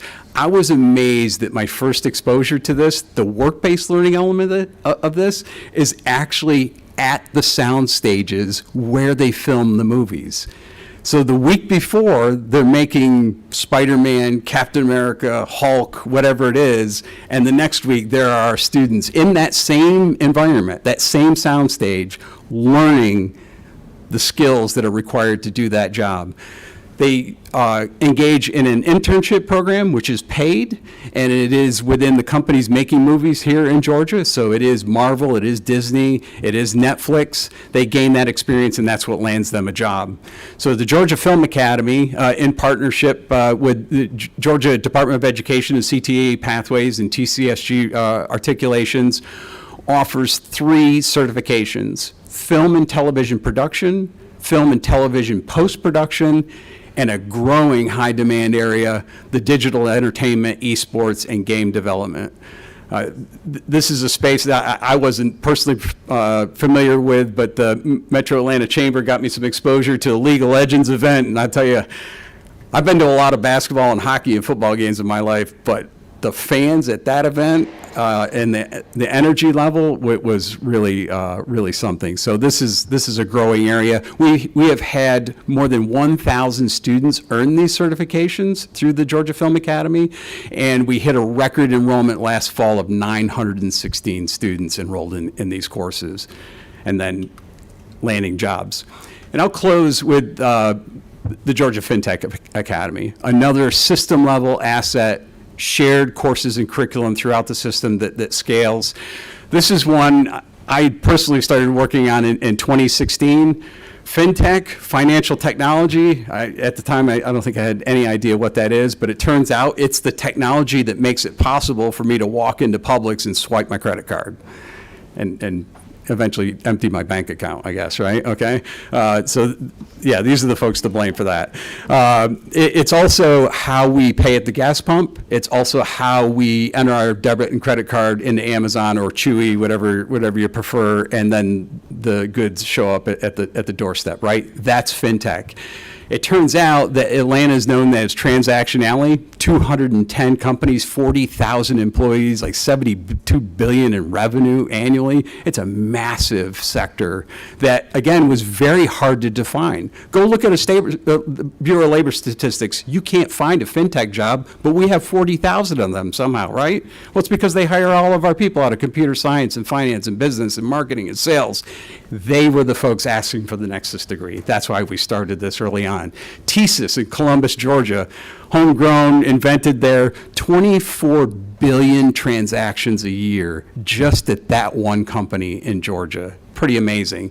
So we did a deep dive with 60 companies in this space, developed a professional education curriculum. This is for people that need to upskill and keep pace with this fast-paced industry, highly technical. The 4-credit curriculum started at Georgia State University, where we could find the very best in the country at FinTech, built 5 courses, shared it with 23 institutions. We now have 43 courses in FinTech that come from Georgia State University, Kennesaw State University, Middle Georgia State University for the dual enrollment element, and then Valdosta State University, and recently the University of Georgia helped build some data science courses. 43 courses, 5,300 students have taken those courses to date. Experiential learning is a heavy emphasis, leading to 1,600 students directly placed in FinTech jobs since its inception.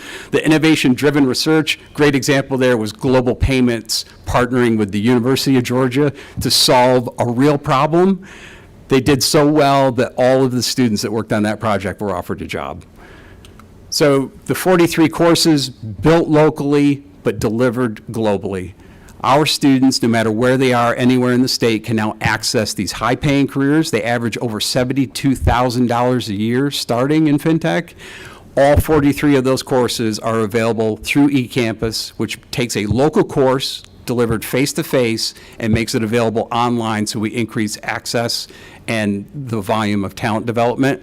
And we partnered with the Georgia Department of Education. When we completed our playbook on FinTech, we met with Dr. Wall and her staff, gave them the talent demand analysis that we had done. They took it through their process. Their faculty translated it into learning outcomes for high school students. Appropriate for high school students, developed 3 courses: Introduction to Financial Technology, Financial Technologies and Services, Coding for FinTech, which are available as a CTEA pathway, and dual enrollment.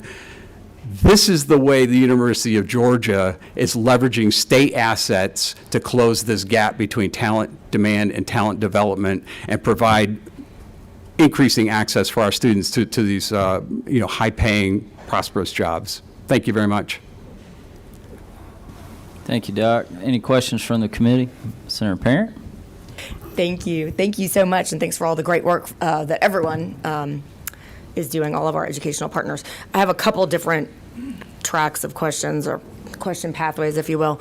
So first of all, I want to make sure I'm very clear on, so you're saying all academic general education courses transfer among all of our public systems? Yes. Okay. What, and so within USG for sure. Within yes. TCSG and USG? No, that's just USG, the core Oh, transfers. okay. So what I was interested in is more permeability between all of the different systems, not just with it. I mean, I think it makes sense Okay. that if you're in USG, you could transfer a class. What the other states have been looking at is making it so that all All of them. are seamless. Understood. Yes. And so Any thoughts on that? there are 23 courses Okay. that do transfer.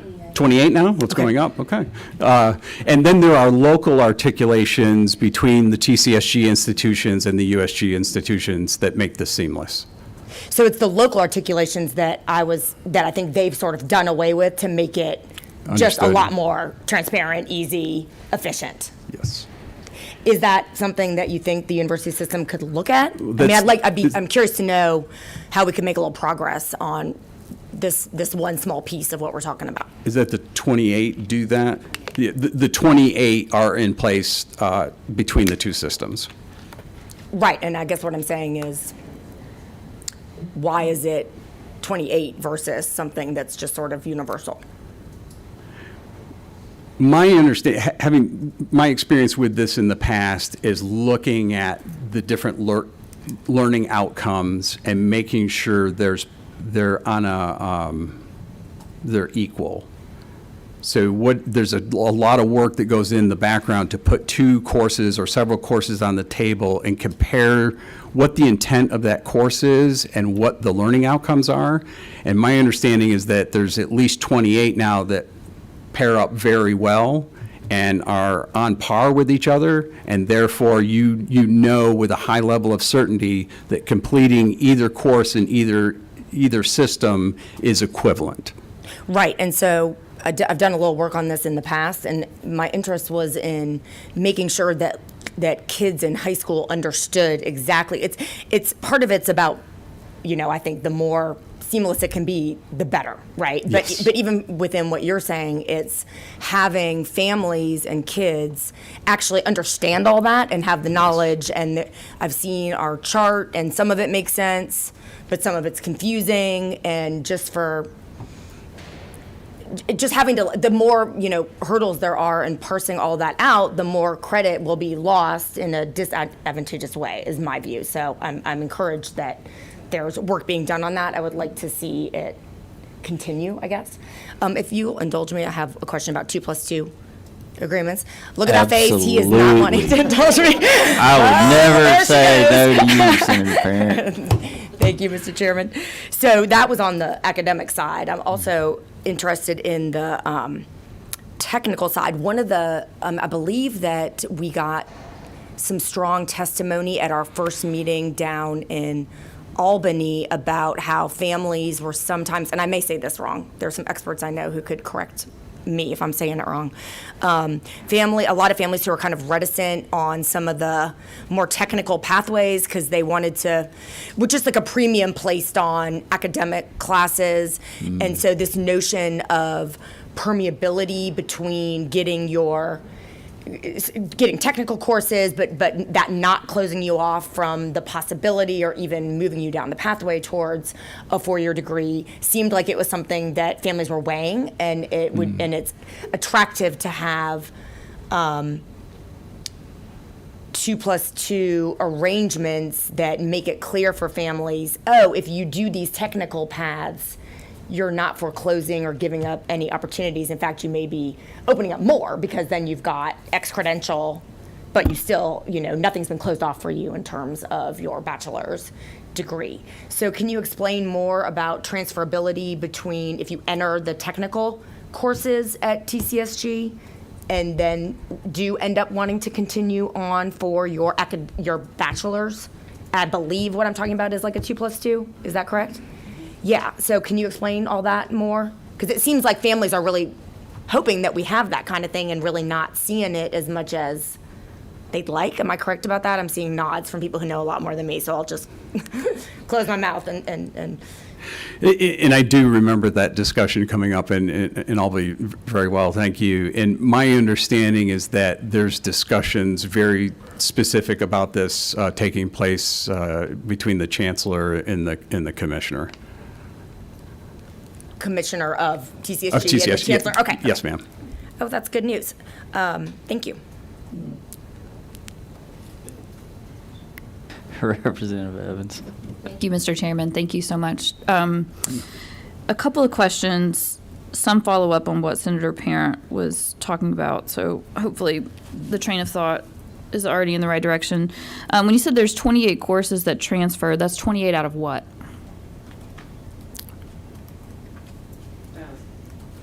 That's what I was afraid of. Yeah. Okay. These local articulation agreements, I understood them to be, or maybe I'm not using the right word. It looked like from some of these slides and from some of the things that we're hearing, mine eyes are now open, that we've got a lot of really tricky agreements where you can transfer from this school to that employer, but then otherwise no. And I want to know particularly about the third part of that. Are we literally graduating people with a degree that is only good for one employer? Not that I can think of. Okay, I want to make sure, because Yeah. that scares me. The idea that we have trapped a student into a situation where their employer is able to hold over them, those credits are only good for me. And so I'm going to pay you what I want, I'm going to treat you how I want. Yes, I'm sorry if something I said, that's definitely Okay. not the message I'm trying to deliver. These were collaborations with employers who, specifically the Dalton and Northwest Georgia, maybe? Well, or- there was one area where it was like this school to this school, this high school maybe, or this technical college to this college, and then you mentioned some employers. Maybe those were examples. Just examples, But yes, I just ma'am. want to make sure, even if it's not this degree is only good there, that there's any sort of agreement between a school and an employer that we will accept less, that we may be inadvertently limiting options for students or making them vulnerable. That's, and I'm hoping that I just have misunderstood this, but I think I would like to get more clarity on that, because I do not want to be, our state should not be in the business of encouraging that kind of situation where employers have that much power. But then I guess the last thing I'll say, which is really more of a comment, is, and believe me, I want to do as much as we can every single day to open up more opportunities. And if there is, if these partnerships between a TCSG institution and a Regents institution opens opportunity, especially in, far North Georgia or far South Georgia, where students otherwise are not going to be able to have opportunities, I want to do that. But I want to know what the real problem is right here, because it sort of sounds like, to me, there's a little snobbery going on in the Regents that we need to pierce. And if the legislature needs to take action to do that, I think we should, because I'm sorry, but TCSG is amazing, and everything they do should be good enough for the Regents. And if it takes legislation to do that, I'm here to be the champion of that. And I don't mean to throw that at you, but we're talking about our students. We're talking about pathways. We've got employer members of this committee that are screaming, we're having trouble getting these jobs filled, and if it's academic snobbery that is keeping us from getting students the credentials that they need, that has to stop. And maybe that's more for the committee than to you, but let's go. Well, Representative Evans, I'm going to keep us on task here. We're specifically looking at dual enrollment, so if you'll phrase that question in the form of dual enrollment transferring over, that would be appropriate. But I hear where you're coming from, and that's probably a different topic for a different day. I want to kind of drill back into, as y'all are developing how does USG, how do you define high demand jobs? I mean, do y'all have a definition for it? I know you mentioned data science. I mean, I think that would be valuable for this committee, is to share, maybe what are some thresholds data-wise that you're looking at? What are some minimums you're trying to hit as you're developing a curriculum or you're developing your list? Those are things I think that would be helpful for us as we're developing our report on how we're going to maintain this great program. We heard from TCSG that it's a little bit more derived locally, which I think is great. But I love data, and because data, to me, if we compare the two and figure out a way to clearly define these high demand jobs, and really my goal would be to get politics out of it, and that's my fear on a program not becoming sustainable or really just getting to where the cost outweighs, the ability for the state to keep up, is getting the politics out of it. And so if any data metrics that you could share, and for sake of time, we don't need to do that today, but maybe if you could get myself or Chairman Dubnik just kind of some of the basic metrics that y'all are looking at, I think that would be very helpful. Happy to do that for you. Absolutely. Great. Any other questions? Okay. Thank you very much. I'll do the next two. Okay. Tim, if you want to come join us, committee members, there's a very thick booklet in your packet here. There's lots of good data in here. So, Tim, I know you're going to go line by line out of this booklet, so we'll just follow along on the screen, and we're excited to hear from you. Thank you, sir. Thank you, Chairman Dubnik, Chairman Brass, members of the committee. My name is Tim Carroll. I'm Senior Director for Talent Development in the Public Policy Unit at the Metro Atlanta Chamber. I have with me Justin Haight, who is our Director of Education Partnerships at the Chamber. Like Chairman Dubnik said, you do have a copy of our talent supply report in front of you. I am not going to go through this report. I'm going to go very high level about the types of data that's in it, and then move to what we found as we dug into this data. This report is the third in an edition that we have done since 2017 that looks at the supply of certificates and degrees of all types from institutions in our state and matches that to job demand, mostly through job postings. And we tried to marry those two up and see where we have over, under, and opportunities for improvement. Through this, it informs our policy work. It certainly informs the policy work of the partners that we engage with around this. And it's also as a way for us to track progress. As you all have made vast improvements around some of this data, we want to recognize that. And so specifically in this report, we made sure to call that out separately. In an ideal world, you have this supply of degrees and certifications that matches to job demand, which leads to greater industry growth, and then that cycle repeats over and over through a perfect demand cycle. But we all know that we don't live in quite that rational of a world, and that there are bumps and things that happen in that. Some of the data we look at, where are we getting talent from outside of the state? So if, for instance, in this set, we use metro migration trends, which is how that data is divided from the sets that we are limited to. But one thing I want to drive home in this is that we are not alone in this. Every state, every metro, with very few exceptions across the country, is sitting in the same spot with this drive for talent and the need to better align that talent to where our open jobs are. There are also indications for job postings by industry, and we use many of the same data sources that the state looks at for how we compile those job postings, and we do that by industry. We also look at it from multiple levels of types of certificates. So very basic certificate all the way through 2-year, 4-year, and pretty much everything in between. For the demand side, we match those up where the job posting directly calls for that certification or degree.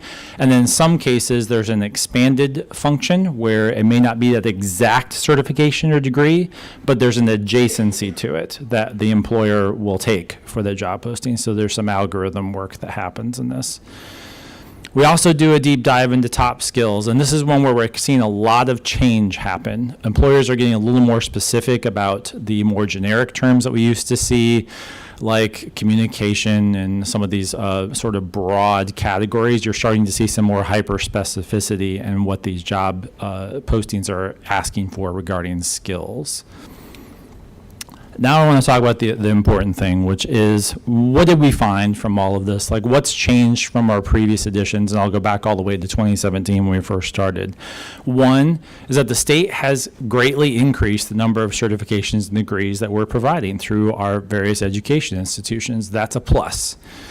The second plus, with a twist, is that our job demand has increased faster. We have been really good, thanks to the work of the members of this committee, our governor, and a whole lot of other partners. We've been really good at economic development, and that the number of jobs that we have available now is growing faster than we are able to currently supply it when we just look at the two data sets. So that creates a challenge. The second thing is that early work experience within those job postings, that demand is going up. And I want to put an asterisk next to this, which is since 2020, we've seen a big shift for frontline and customer-facing roles that are requiring prior work experience for an entry-level job. So I want to say that again, prior work experience for what should be a no work experience required job. And there's one easy explanation for it that is only part of the picture, but it's a big one, and that is churn. So as employers are experiencing employee turnover, inability to fill a job, they want to know that that person that they're hiring is going to stick in that job, that they're going to stay and they're not going to have to replace that person 6 months, a year down the road. One of the easiest sort of upfront things that an employer can do is say, well, if they've got prior work experience and I can see that they worked at a job for 3 years, then I can hire this for that same job, which technically is an entry-level job. So that's something we like to keep called out. Number three, which the Dr. I'm blanking on your last name, excuse me, set me up perfectly on this one for number 3, Recesso, thank you, is that there are numbers behind the data. And I like to use data science as an example, so thank you for setting me up for that.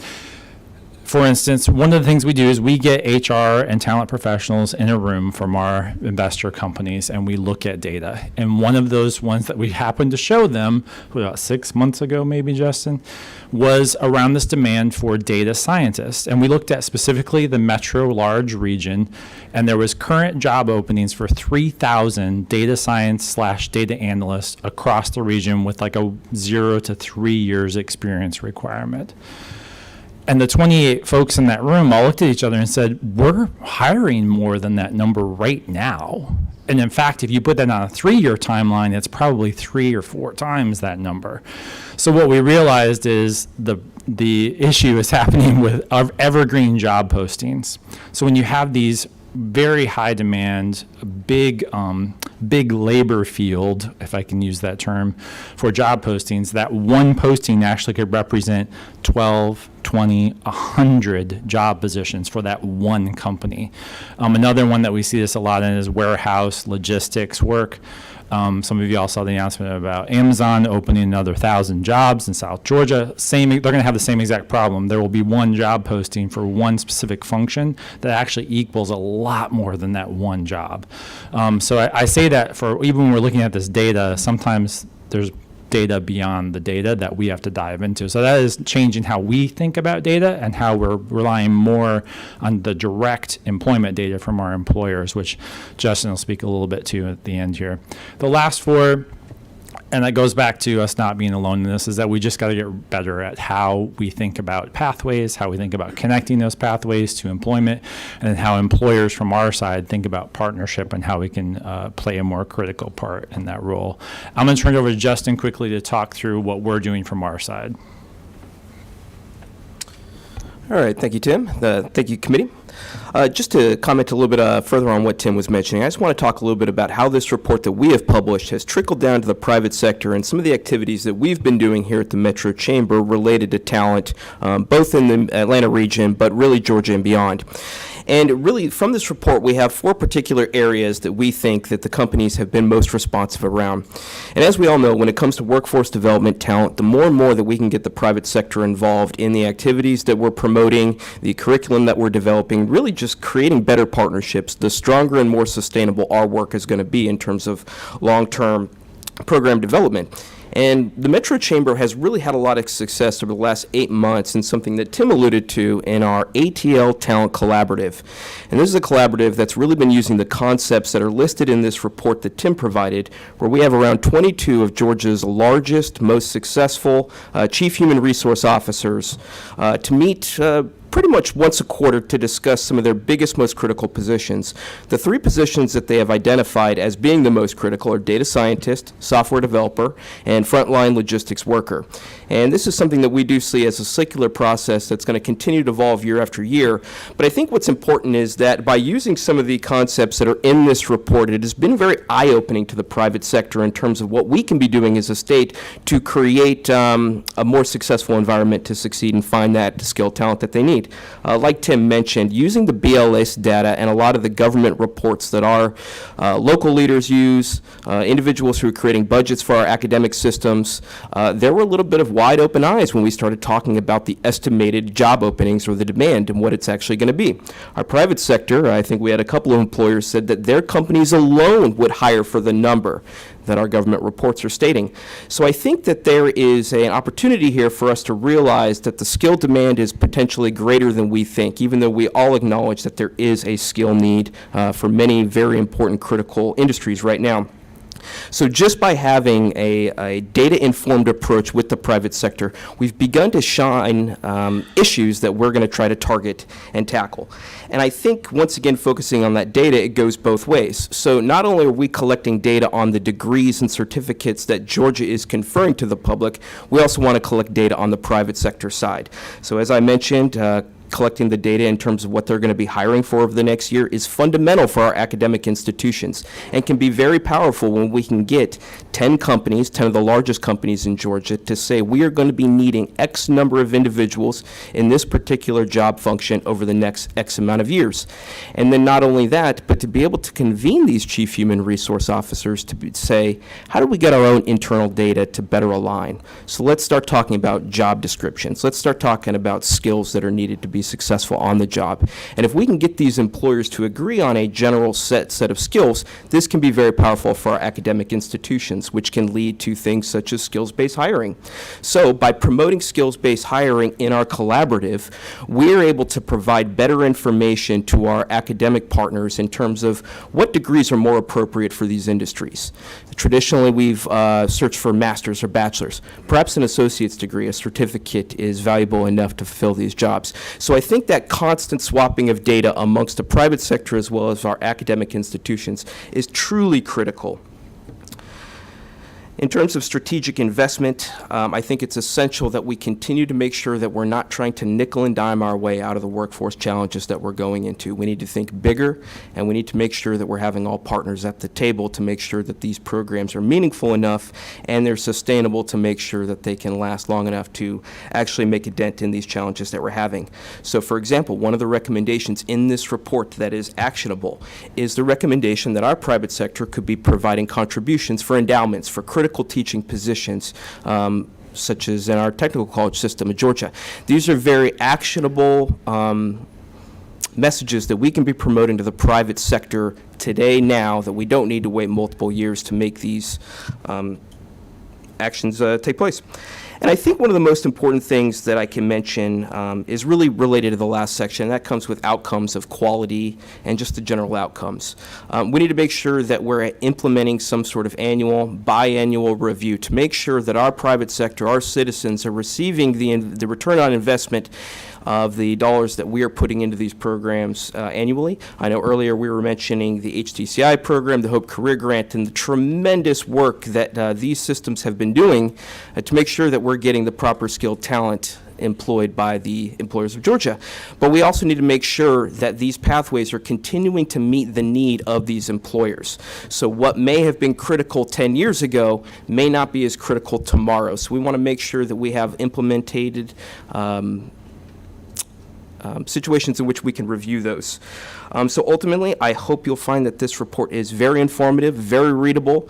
You're seeing a lot of the recommendations that are listed within this report already in action now. We're looking forward to your support, and we open the floor for questions. Any questions from the committee? Also, very in-depth and simple to read report, so thank you for providing it, and I'll commend you on including both the Senate resolution that formed this committee and also Georgia Senate Bill 86, which is what this committee is tasked with reviewing. So good job.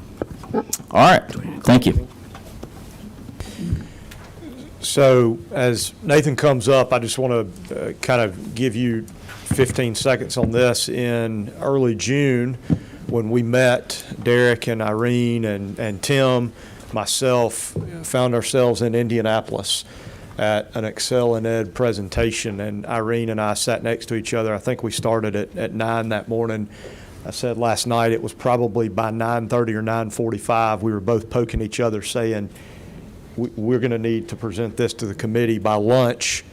We went ahead and asked. There's still 3 more hours of presentation. So I've also said I think we could meet for 2 hours every week for the next 6 months, unpacking what we got in those 6 hours that day. There's that much meat on the bone. But since we'll be back in session by then, we just allotted 25 minutes today to try to give Nathan some time to explain his background. So this is the invitee from out of state to hear what's working well in other states. But I hope you'll be on your elbows and sharpen the pencil and hear some of these things. There's a lot of action in what he's about to present. So thank you for being here very much. Thank you. Good morning. I'm glad to be with you this morning. Glad to have the opportunity to present to you. I'm with the Foundation for Excellence in Education, commonly known as Excel and Ed. And I appreciate, again, the opportunity to spend some time with you. In June, when I met the team from Georgia, I thought immediately, if everybody in Georgia is attentive and energetic and focused on this work as Representative Dubnik is, then Georgia's in good hands. And based on the questions I've heard from the committee this morning, I really believe that's the case. I was messaging Jack Powers, colleague from ExcelinEd, earlier to say, like, a lot of the questions the committee members are asking fit right into kind of the bigger questions that we're trying to answer through the Pathways Matter network of policies and the ROI policy in particular we're going to discuss this morning.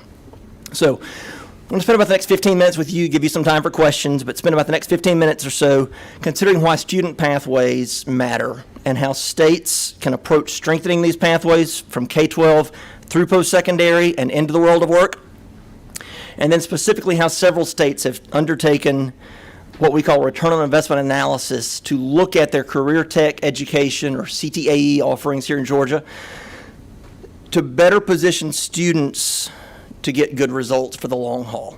After they finish the program, where do they end up and what do those outcomes look like? As Janelle Simpson said earlier this morning, there's a number of existing structures in place that support CTAE. The question is, how are these working together and what are the outcomes? So, let's dig in. So first off, I want to give you a little bit of background around Pathways Matter and this comprehensive set of 20 policies that fit together. We're going to focus on one of these today. But it's critical that states really consider how they create connections for individuals that lead from education to employment, right? College to career, not college to couch. Ought to be our goal. People, regardless of their background, regardless of their education experience, find themselves largely unprepared for the world of work today. And so the Pathways Matter policy framework was developed as a means of helping states, state legislatures, state agency leads, prepare all learners for the world of work. While states largely will pursue one or two policies a year, we recognize that a more comprehensive approach has got to be part of the process. Pathways Matter offers states a comprehensive picture of policies to create better opportunities for learners, regardless of their education level. And so we recognize, first off, that learners take different journeys. Pathways will look different from student to student, but ultimately there ought to be a progression for each learner that lets them grow academically, grow professionally, and advance in their career. We also recognize that the effort has to be coordinated. There's a lot of agencies and entities and organizations in the room that all play a role in this.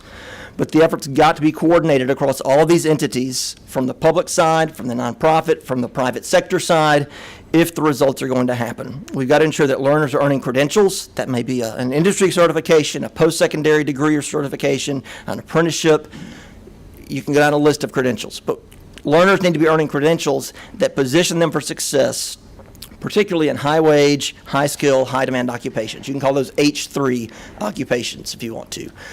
And one of the topics that's already come up this morning is what's Georgia's definition. That's a great, not part of ROI, discussion for this morning, but something where Georgia you need to wrestle and land on that to be able to say this is where we're putting our priorities. And then thirdly, policies need to complement each other. They need to integrate to ensure that when progress is made in one area, it doesn't slow down or stifle progress in another. That they work together collaboratively, cohesively to move the system forward for students, for learners. So what does Pathways Matter offer? It's online at pathwaysmatter.org, but it includes examples of learner journeys from education into the workforce. It includes a set of 20 policies around education to workforce system. It includes examples of how these policies have worked together to support improved outcomes for students, and it looks at how individual policies have been implemented in different states. So it's organized into 6 kind of groupings. These 20 policies fit into 6 categories. First off, policies are related to learner pathways that are equitable and accessible and aligned to workforce. Policies that create accelerated learning opportunities for post-secondary learning that reduce time to degree completion, whether that's AP or dual credit or IB or articulated credit. There's a bunch of different opportunities there. We're focused on dual credit with this committee, but again, the landscape there is broad. There's a set of policies that focus on reducing barriers to post-secondary credential attainment by ensuring that there's funding and alignment and opportunity for students. Policies that focus on workforce readiness via skills development, credentials, apprenticeship, work-based learning, all terms that we've heard this morning. Policies that aim at employer engagement and learner pathways, both from the development of the policy side as well as the implementation side. And then finally, policies that focus on data-driven decision-making, ensuring that data is used collectively, regardless of the sphere, of the system, or of the education to workforce system or the agency, but to establish agreed-upon outcomes and to create strategies that will help the state reach those outcomes. So, 20 policies in the framework. We're focusing specifically today on return on investment analysis. And I will tell you, the approach that ExcelinEd has advised or has encouraged and that other states have used is focused specifically on the career tech education realm. All right? I want to give you that caveat as we're talking this morning, that this is focusing primarily on CTE as a means to entry into the workforce. But we recognize as you're pursuing careers that some careers lead through a 2-year program or a short-term certificate, some lead through a 2-year program and ultimately through a 4-year degree. But again, we need to be looking at what those outcomes might look like.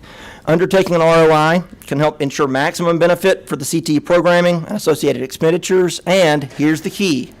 If it's acted upon, when you get the results, you can reduce time, money, effort spent on programming that does not demonstrate benefit to learners or to the state as a whole.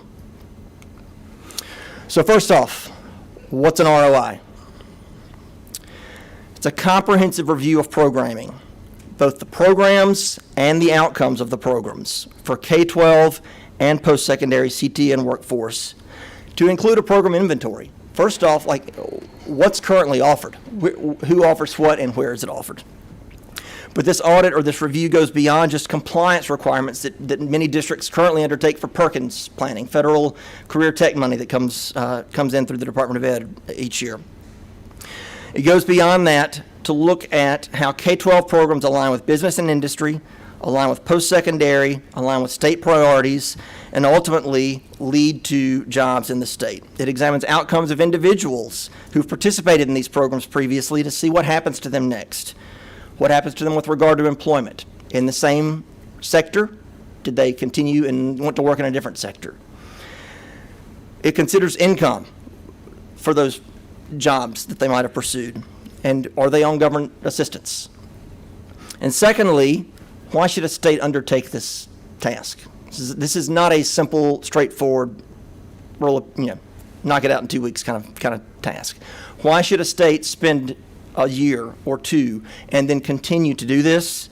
Communities often don't recognize or realize or examine maybe the specific outcomes of their CTE programs.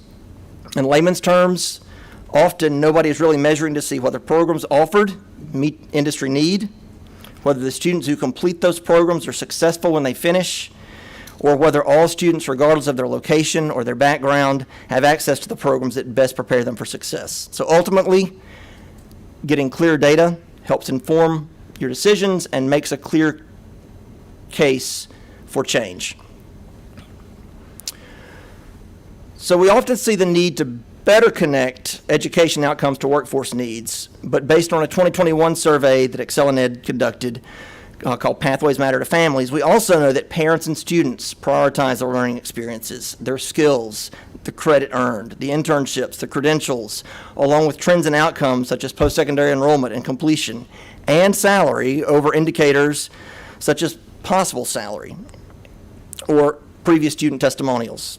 In summary, alignment with state and industry priorities is important, and families and learners want to know about the student outcomes of the students that have previously participated.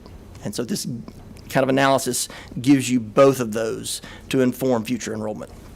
So we're going to spend the next few minutes digging in on what several states have done with ROI in the last several years. Before we dive into these, I want to be very clear, each state took a different approach. There is no single right approach to this. Your context is going to be different than it was in Florida or Tennessee or Mississippi, where I spent the last 25 years in state service, 10 at the Department of Ed as the deputy superintendent at the end of that time, and 18 months helping to stand up a new state workforce office, connecting education to workforce. So the Georgia context will be different than each of these, but here's 3 kind of examples for you to mull over. First off, Florida. Florida's work originated as an executive order from the governor's office, and then it was enacted later via legislation. We encourage the legislative approach to do this because it gives it staying power. But Florida's ROI analysis measures alignment from K-12 and post-secondary career tech programs to see if these match with industry recognized credentials and if these lead to those H3 jobs that are in demand in the state. Additionally, Florida examines outcomes such as student achievement, post-secondary enrollment, credential attainment, and industry certification attainment. And ultimately, the state analyzes long-term outcomes data such as job placement, wage data for learners who previously participated in these CTE programs. I would have you note that this happens collaboratively in the state. You can see right there under number 3, across agencies, includes business and industry leaders. Florida is currently planning a public-facing dashboard to be able to share this information with different stakeholder groups, as there's a recognition that credential data and wage data is of interest to the public, particularly to parents of students and students themselves who may be considering enrollment in a CTE program. Now let's spend a few minutes on Tennessee. Tennessee's approach was different. This process was agency-led, with strong support from then Governor Haslam's office. The Tennessee Department of Ed wanted to know whether the time and money going to various CTE programs in the state was actually generating results for learners across the state. The agency was deliberate to consider state priorities and goals, the role and capacity of different stakeholders and agencies, to consider education to workforce landscape and potential levers created by policy and agency leaders, how the strategy and approach might impact the timeline for the work, and how various data factors such as quality or availability or access might impact the work. You can see from the table there's a lot of factors to consider when you're undertaking such effort. So what came out of this question from Tennessee? Here's some numbers on the changes that they made. Massive changes to their program offerings in the K-12 CTE system. The process took several years to complete, with initial work focusing on the removal of 43 courses that were standalone courses and 139 programs that were discontinued or disconnected from the needs of the state. So there was I mentioned earlier, we often look at new programming, which is great, but do we ever sunset things that are no longer needed? Subsequent efforts in Tennessee focused on the development of 73 new programs and courses over a 3-year period, as well as the revision of another 113 courses and the retirement or removal of another 91 courses. As you can see, several years to get this work done. As a result of the work in Tennessee, there were some multifaceted, longer-term paradigm shifts in the state related to policies and program guidance for CTE, improving cross-agency collaboration, additional data collection for program quality, how the state focuses its state and federal funding, and the supports that are offered to educators, employers, and students. And then finally, the most recent state to undertake this work, and the one that I'm probably most familiar with because of my engagement with it in the state, Mississippi, just released baseline results in August after the first year. So to give you, we'll talk through time frame for when the law passed, kind of how the process proceeded, but it was from passage of the law until the first release was about 16 months. Passed unanimously in both houses during the 2022 session, the Comprehensive Career and Technical Education Reform Act included several components of the Pathways Matter framework, but the focus today, again, is on ROI. I want to be very clear about the intent, in bold italics right there. The intent of this process was the expectation that results are used in conjunction with labor market analysis information, other relevant data, to adjust program offerings to best meet the future needs of Mississippi, business and industry, and to provide H3 pathways. All right? The expectation was action. Mercedes has these for your reference later. So if you can screenshot all you want to, but you will have this for reference. That is just fine. The legislation was clearly not written to just require an agency to write a report and put it on its shelf or in a filing cabinet. It intends to create changes to meet the future needs of Mississippi. and to provide learners with pathways that lead to good jobs. The language from House Bill 1388, the Career Tech Bill in Mississippi, was grounded in a lot of the language that is within the Pathways Matter framework. Excel in Ed 2 years ago was a key partner in the work that we were doing at Accelerate Mississippi, the workforce office in the state, to stand up this ROI analysis. So, for the first year, Mississippi aimed to do 3 things with the analysis. First, to see if existing programs vertically align from K-12 into post-secondary and ultimately align to business and labor market. Secondly, to see what programs are in place in districts and colleges, kind of a landscape of what's the menu available and where does it exist. And third, to see what access, participation, and outcomes look like for various student groups, with a view toward identifying inequities in these. And fourth, to inform future analyses and potential changes to policy and practice. So both the K-12 and community college technical reports and a shorter executive summary have recently been posted online. They're all on the Accelerate Mississippi website. They were shared at the statewide Horizons Symposium in August. And the Accelerate team, Accelerate Mississippi, not to be confused with Excel and Ed, 2 entirely different things. The Accelerate team is already considering next steps with regard to improving the analysis, iterating upon it, and taking results to inform programming and policy. So, what were some of the first findings, the initial findings in Mississippi? I want just to highlight a few of these. First off, you can see Mississippi identified an increase in participation and concentrators in K-12. Mississippi saw about 50% of the K-12 graduates enrolling in community college and an additional 10% in public universities. We noted an opportunity for improvement in the identification of learner pathways in high school, because when you start to look at articulation, many students who finish a CTE program in K-12 don't continue in that same program in post-secondary. And so, separate from ROI, but also in that law, Mississippi has deployed career coaches who are working alongside students to help them figure out their pathway and hopefully get better situated in a K-12 CTE program that they want to continue when they move forward. We noted concentrator rates were trending upward among female students and flat or downward slightly for males. In community colleges, we noticed AAS graduates earning more than certificate graduates in their first year of employment. We also noticed first-year salaries kind of by sector. We saw differences. Manufacturing, healthcare, and social assistance. Utilities were among the highest paying, and then food service was among the lowest. Some of the hospitality jobs were among the lowest. We also noticed for our CTE graduates and from community colleges that about 10% of them were actually on TANF or UI in the first year. So what I would say to you from the perspective of Mississippi, this is a baseline. This is a year one, get it out the gate, see what it shows the state, and then start to retool and improve upon it. We told community colleges, the presidents, in December of last year, when we were in the middle of this process that started in August, working through SLDS at Mississippi State University, that just the preliminary data that we were seeing in December of last year was raising a lot of questions for us. And we were okay with that in the state. We said to the presidents, like, our goal here is not for this to be a gotcha. Our goal here is for this to be a tool that helps us as a state get better. And so we were very clear. There's going to be questions that we have about this that are going to require us to dig in. We've got to, or they now, Mississippi, has to dig in and look at some of the outcome gaps with regard to wages, because there were gaps among AAS versus certificate. There were gaps among race, but we also noticed a much heavier weighting of white students completing AAS degrees and black students completing short-term certificates. So that brings to mind questions about advisement, program offering, gaps.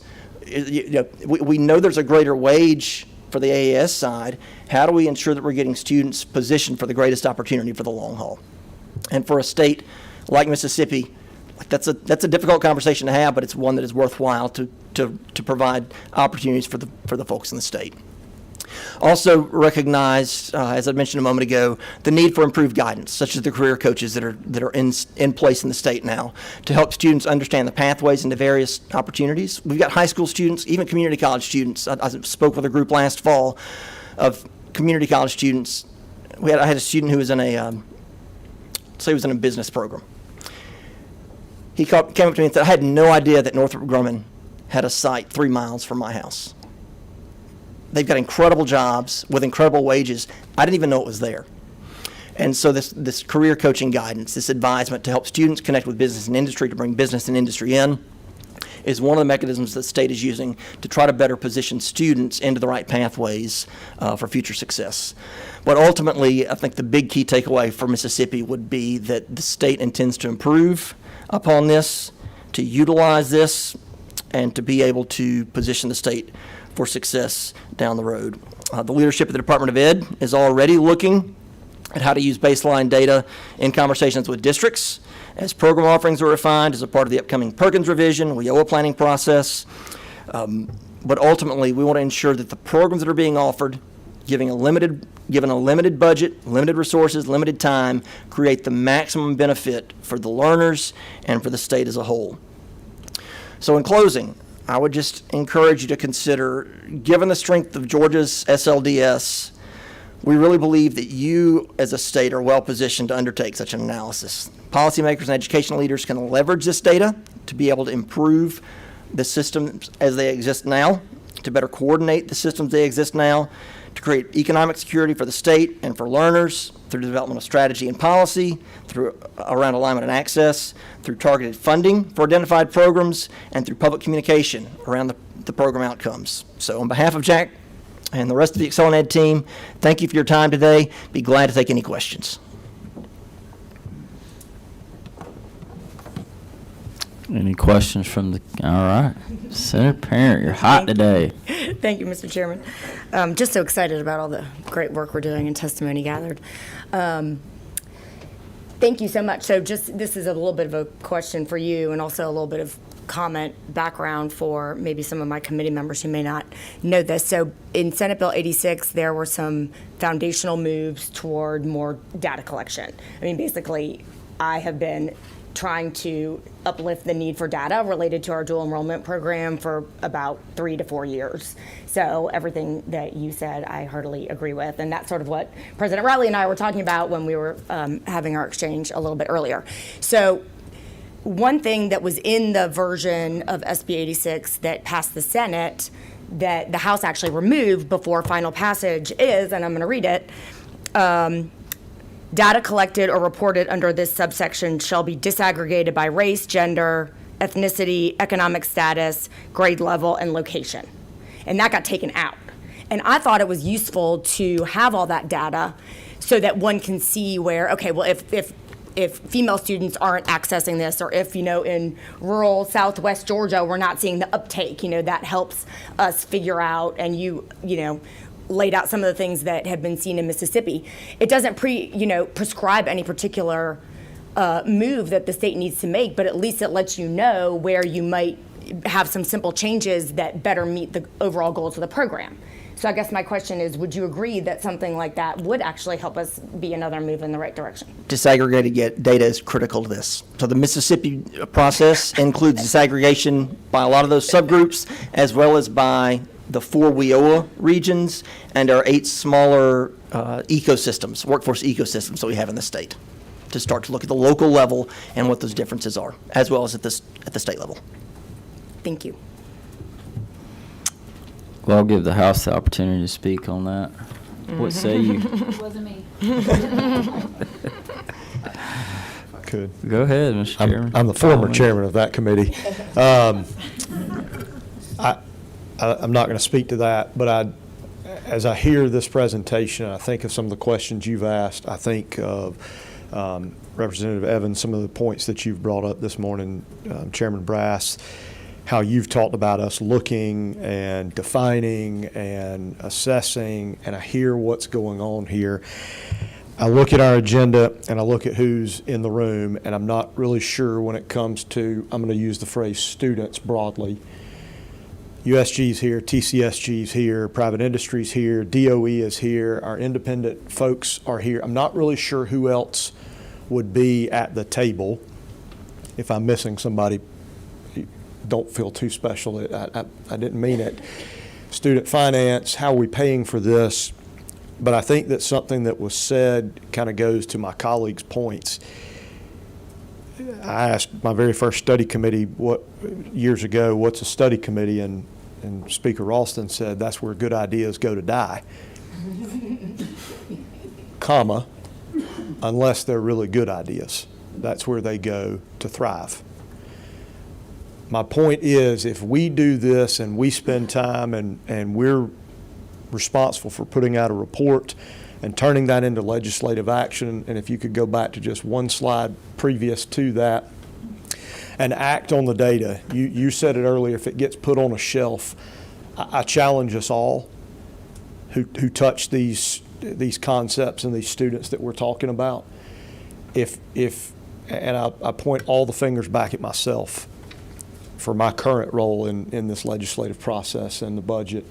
If we put this on a shelf, if this becomes a box, if we don't act on this, if we don't make it simpler, make it easier to access, all the things that we're talking about, then we're all falling short of our responsibility to the families and the students in this state. And so my challenge is, I hope you will hold us as legislators responsible.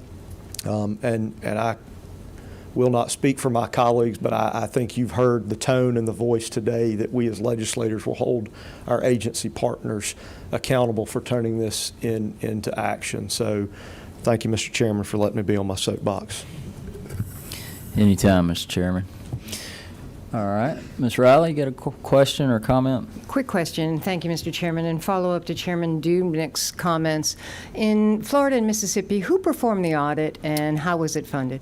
So in Florida, I believe the Department of Ed is tasked with that process. In Mississippi, the Office of Workforce Development was tasked with the ROI analysis, working in conjunction with the Community College Board, the K-12 Department of Ed, and the Research Curriculum Unit at Mississippi State, which is an arm or an entity contained at MSU that does a lot of curriculum development with the Department of Ed, particularly in the CTE space. But Accelerate is a team of about 20 folks across the state, only about 7 or so in the state office, without access to all these data points. So we actually issued a contract through our state longitudinal data system to do the data analysis, because they have access to data from our Department of Human Services, our Department of Employment Security, the Department of Ed, the post-secondary system. All those data points are available through the SLDS. Mississippi actually funded it through some WIOA governor's discretionary funds. We got a commitment from the governor for several years to be able to do that and to continue to iterate upon it a year, 15 months ago. Thank you. Thank you, Mr. Chairman. That was very helpful. Okay. So Nathan, you've heard us discuss that, we're going to try to come up with a clear definition of a high demand career. And in my mind, the ROI should be a part of that conversation or part of that definition. And so you've looked at different states, and what is there one model or one way of doing it that one state's doing it better than others? Or I know you're obligated to say Mississippi. I'm not. I'm actually not obligated to say Mississippi. I would argue that it's going to depend on your political will and your kind of priorities as a state. You're going to need to consider factors around job growth. How many jobs do you consider to be high demand? Do you just put 10 on the list? Do you say it's all jobs that expect to see X% growth in the next 5 to 10 years? From a wage standpoint, do you say it's jobs that pay above the median household income? And is that increases jobs fall on or fall off? Do you say they pay some percentage above that income? There's a lot of ways you can look at that, but it's going to have to be something that Georgia is comfortable with, ultimately. Right. Okay. Any other questions? Well, thank you for being here. And I want to make one other point, because this came up earlier in the conversations around job demand and what's actually in the system and how is it classified or categorized from the UGS side, as well as from Tim's conversation earlier. One of the items that a lot of states are struggling with is enhanced wage data. And so this was a big challenge for Mississippi in this first year. A lot of folks that maybe get an IT degree and they go to work, at a local grocery store or business, their wage records are going to reflect them as working in retail as opposed to in IT. And so, don't be afraid if you undertake this in finding gaps in data or areas where data could be improved. Right? That is part of the process, and that is okay as you go down this path. So, don't want to leave that out. Thank you. Thank you so much. Appreciate it. you being here. I know it was a little bit of a haul from Glad to Mississippi. be with you. So the hardest part was coming all the way across Alabama. So, all right. Next up, we've got our Georgia Independent College Association, Jenna Colvin. Jenna, if you'll come on up. Your mic is hot, so we're ready when you are. Excellent. Andrew, come on with me. So thank you for the opportunity to share some information about Georgia's independent colleges and the role that we play in providing dual enrollment. With me is Andrew Thorne, the Vice President for Distance Education at Toccoa Falls College in Northeast Georgia. He's our subject matter expert, and I hope you will ask him lots of really good questions. Georgia's independent colleges play an important role in the state's economic engine by developing the talent that employers are looking for and changing the trajectory of the lives of many students coming from hardworking Georgia families. While 1 in 7 students enrolled at a four-year institution attends a GICA college, 1 in 5 degrees are awarded from our colleges. Students complete their degrees faster and enter the workforce earlier, which decreases the cost of attendance for students and families. More than 50% of the students who attend GICA colleges identify as a race other than white, and 40% of the students at GICA colleges come from low-income families and receive the federal Pell Grant. This map shows the locations of Georgia's the GICA colleges, and this is relevant because geographic proximity can be a very important factor to K-12 systems as they select their college providers for dual enrollment. So this is the list of the private colleges that provide dual enrollment. Many are members of GICA. There's a handful that aren't. Just sort of wanted to lay that out there. When you look at the top 5 providers from Lynn's slides of dual enrollment in Georgia, in the GICA colleges, there are some commonalities among their classifications. The Carnegie classification is a framework that researchers in higher education look at. It's intended to be objective, degree-based lens through which researchers can group and study similar institutions.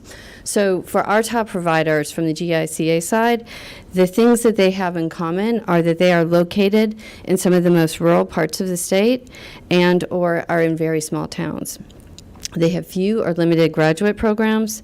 They are inclusive from an enrollment perspective. That would be on the opposite end of the spectrum from highly competitive institutions. And they are very small. Which, I mean, how many students do you guys have? Around FT is around 1,500. Okay. So I wanted to share, I was hoping I might have to blow this up next time, that we are a good value to the taxpayers because, as you can see, Chairman Martin talks about dual enrollment being an expensive program because we have to pay for it 3 times in the form of the tuition payment, the formula funding, and then the K-12 QBE funding. What I hope you'll glean from this is that is true for students from a public K-12 school going to a public institution. If the students from a public K-12 school go to a private college for dual enrollment, you are only paying for it 2 times. And if a student from a private K-12 is going to a private college, the only funding for taxpayers is the tuition paid to the private college provider. And Andrew can share more with you about this, but our colleges are an important option for students who attend private K-12 schools as well as private Christian schools. And so there's a strong faith connection between the K-12 environment and the post-secondary providers. We did some, oh, no, my slide, I promise, was much prettier than this. Let's see. So we did some research on the types of courses being selected by our students. Wow. These were in color, divided by topics, and it was much prettier. I'll send some new slides to Mercedes. But you can see that, like Tim mentioned, communications was one of the top skill. And at our school, early writing and reading courses are the ones that students are accessing. So, I mean, I see a direct correlation between the role of dual enrollment. I mean, people sort of talk about the academic courses as compared to the technical courses, and that they're sort of lesser value. But, I mean, in a freshman writing course, you're learning the communication skills employers are looking for. So we've heard from our campuses that the courses are very important to bright kids in some of the poorest parts of Georgia. They come from K-12 schools that don't offer AP or IB courses, and their STEM options are limited. One of your colleagues shared with me, you know, these kids are hungry for knowledge, and we're kind of, in some parts of Georgia, we're the only place they're going to get it. So I was surprised to learn. We have a list, which I'll also share with Mercedes. It wasn't really conducive to a slide, but it's the courses the students have taken and how many they're taking.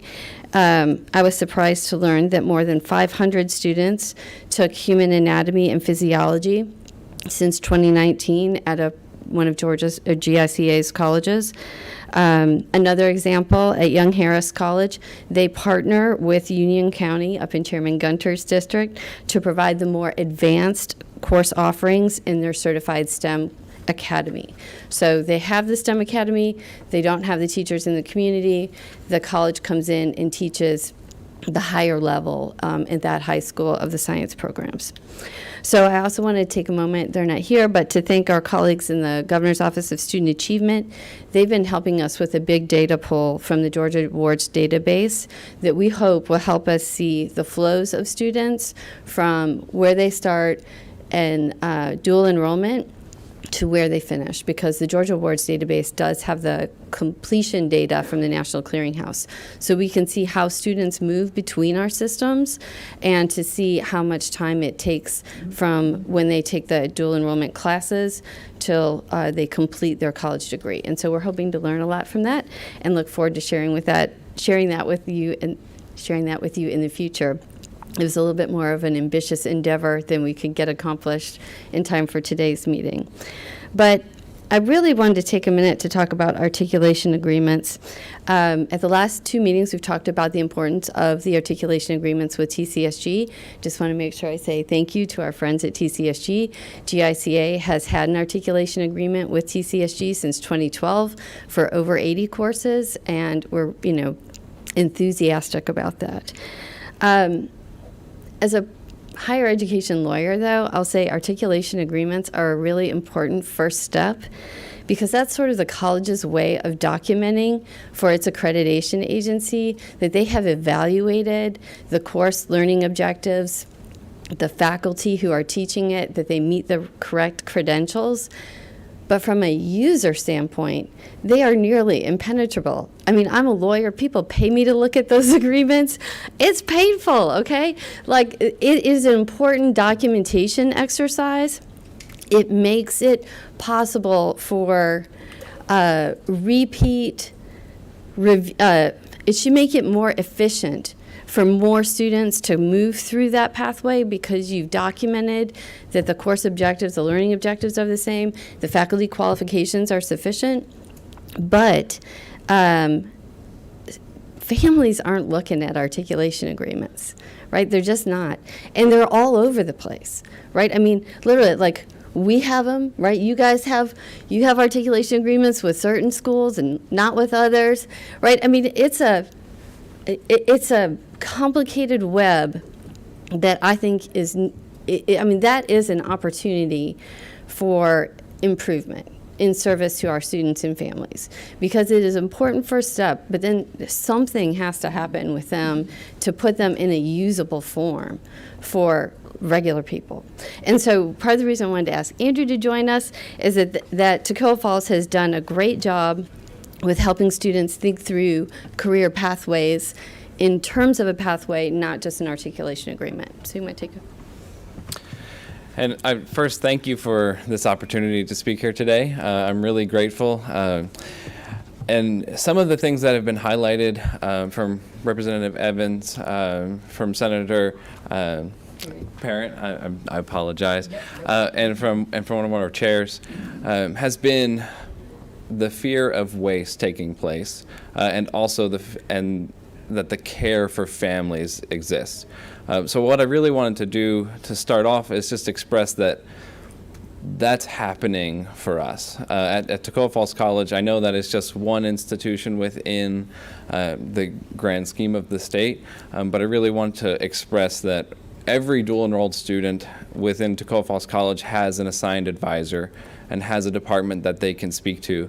And as we've identified the growth within dual enrollment, our department for dual enrollment has grown exponentially. When I first started working with dual enrollment in 2019, we had a department of 3. We currently have 9 full-time employees dedicated to it because we really know that these situations with parents and students and high school counselors and principals, they get very complex. So we really want to address every situation personally, individually, and make sure that nothing is going to waste, none of the state funds are going to waste through dual enrollment. And that's something that we really try and make sure takes place.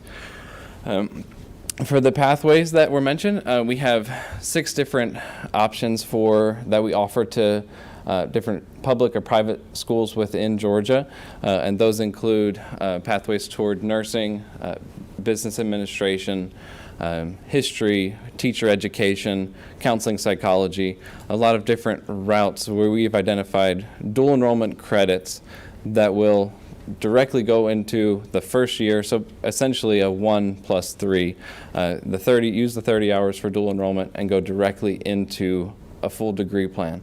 And now there's different ways with the individual advising that we'd make sure that students are using these courses effectively. So for example, rather than the full articulation agreement that you've mentioned, we have just an education track. And essentially, it's one piece of paper that we'll give to a high school counselor, or we'll give to a parent, we'll give to a student, and these are the courses that you need to take if you'd like to pursue an education degree with our institution. And if they do not want to pursue an education degree with our institution, but they want to pursue an education degree, then we can work with them with which courses of these will be transferable to different institutions and make sure that you're using your courses effectively for the plan that you're going through. Another instance would be, and I'd like to speak a little bit to the demand for just that education track specifically.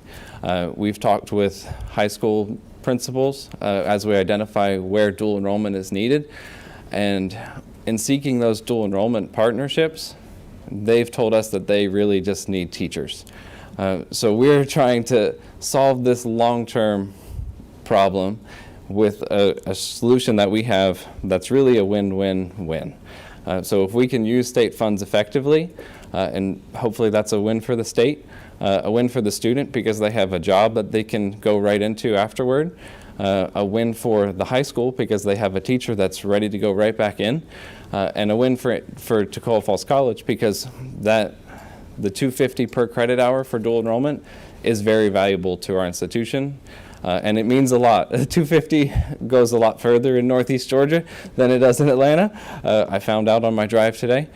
So we really are using those funds effectively, and we want to make sure that we're just responsible with everything that you decide through the legislative decisions. Do we have any questions from the committee? All right. Thank y'all so much. Thank you. Appreciate it. Sure.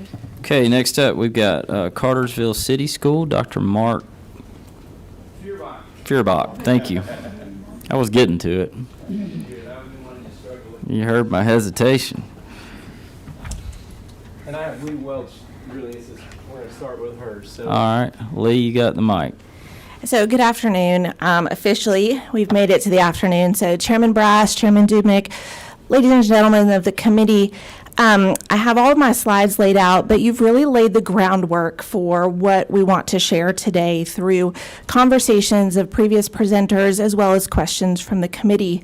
The Etowah Foundation has launched this Future Shop program that can really support all of the efforts that we are seeing statewide. It is a community program that is funded in part by our local school systems, private donors, and the USG system. So we have come together to launch this Future Shop concept where we are present on all of the high school campuses in Northwest Georgia, Bartow County, really talking to students about this college and career exploration, these opportunities that are ahead of them, whether it's dual enrollment, whether it's workforce pathways, whether it is credentials, certifications. We are really those boots on the ground handling those questions from students and families about what comes next. So when we look at, I brought representation from all of these partners because I feel like it's important for you to hear from them how this concept works. So we have President of Georgia Highlands College, Dr. Mike Hobbs, with us. We have Superintendent of Cartersville City Schools, Dr. Mark Feuerbach. We have Cass High School Principal, Stephen Rivard. And we also have one of our Future Shop coordinators who is a retired school counselor that felt so passionately about what this role looks like, has come out of retirement to work with us in the Future Shops. So really to speak to you about those conversations that counselors are able to have with students, but also where this fits in. We are not talking to students about your parents getting a divorce or your dog being hit by a car or you're being bullied. We have systems in place to handle those, but we are really coming in to support the resources and teams that are in place to talk about this college and career pathways exploration. So in our first year, with boots on the ground, being present in all of the high schools, we saw 729 students. These were predominantly those critical seniors trying to figure out, okay, it's May, we're getting there, what do I need to do? But we even had students with one of our local principals walked over after high school graduation practice, had his cap and gown, ready to graduate that Friday. She walked him over and sat with him in the Future Shop to create this plan. Let's figure out what comes next. You've got everything, you've got the outfit, now let's figure out what are you doing with that? How are you going to then become a productive citizen in your community? So we know that looking through this, we had underclassmen, freshmen that we are starting to talk to as well. So the impact is going to only exponentially grow as we are immersed in the high schools and at some point, hopefully taking that down a notch into the middle schools. What's interesting about this concept is that while we thought the directive at first was going to be the counselors offloading some of their burden to us, those students who needed that extra 30 minutes that a counselor doesn't have to come and sit with us, and a lot of those students were, but the bulk of the students that we've seen in this first year are coming on their own initiatives. They are coming to us because they know, I have questions. I don't know what those pathways are. I don't know how those articulated programs are going to transfer. If I want to be in Juilliard in 4 years, what do I need to do to put that in place? Do I need a talent? What does that look like? So we really are there for the community, for our students, for our families, but also for the administrators and staff that are on each high school campus. So we are talking about everything under the sun with these students. We've been very fortunate that your work here on this committee has given us the youth science aptitude to really dive into finding those skill sets, but there's not enough hands there on campus to help students dive into what those resources look like. That's great. We've identified my skills. What do I do with it? Where do I take it?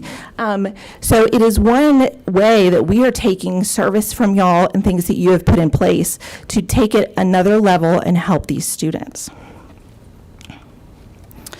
So these are just obviously some of the directives that we are going through, that we are talking about finding your purpose, finding your pathway, and making sure that whatever those resources are in place, that we can help support them. So I do want you to have an opportunity for questions, but I'd also like you to hear from Dr. Mark Feuerbach, who really set the tone for us coming on his campus and putting this into motion. Thanks, Lee. Thank you for all of you for your few minutes today, just for allowing me to share. When Lee and I talked about this last year, it was an easy yes. And usually I'm a questioner. I ask tons and tons of questions, and I asked quite a few, but I got to a yes pretty quick because in our world, it takes a lot of people to pull off what we expect of ourselves today, and that is to give kids a brighter future.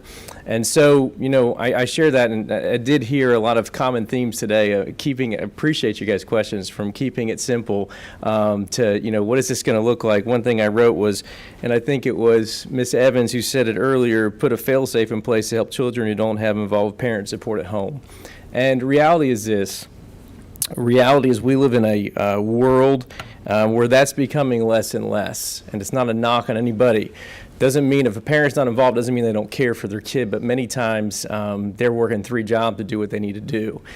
And I'm not here, you think I'm going to talk about Etowah Scholarship Foundation, but I'm going to tell you why I said yes to this so quickly. I'm the oldest, there's my brother and I, and life was pretty easy for me. Life was not easy for my brother in terms of just he had struggles.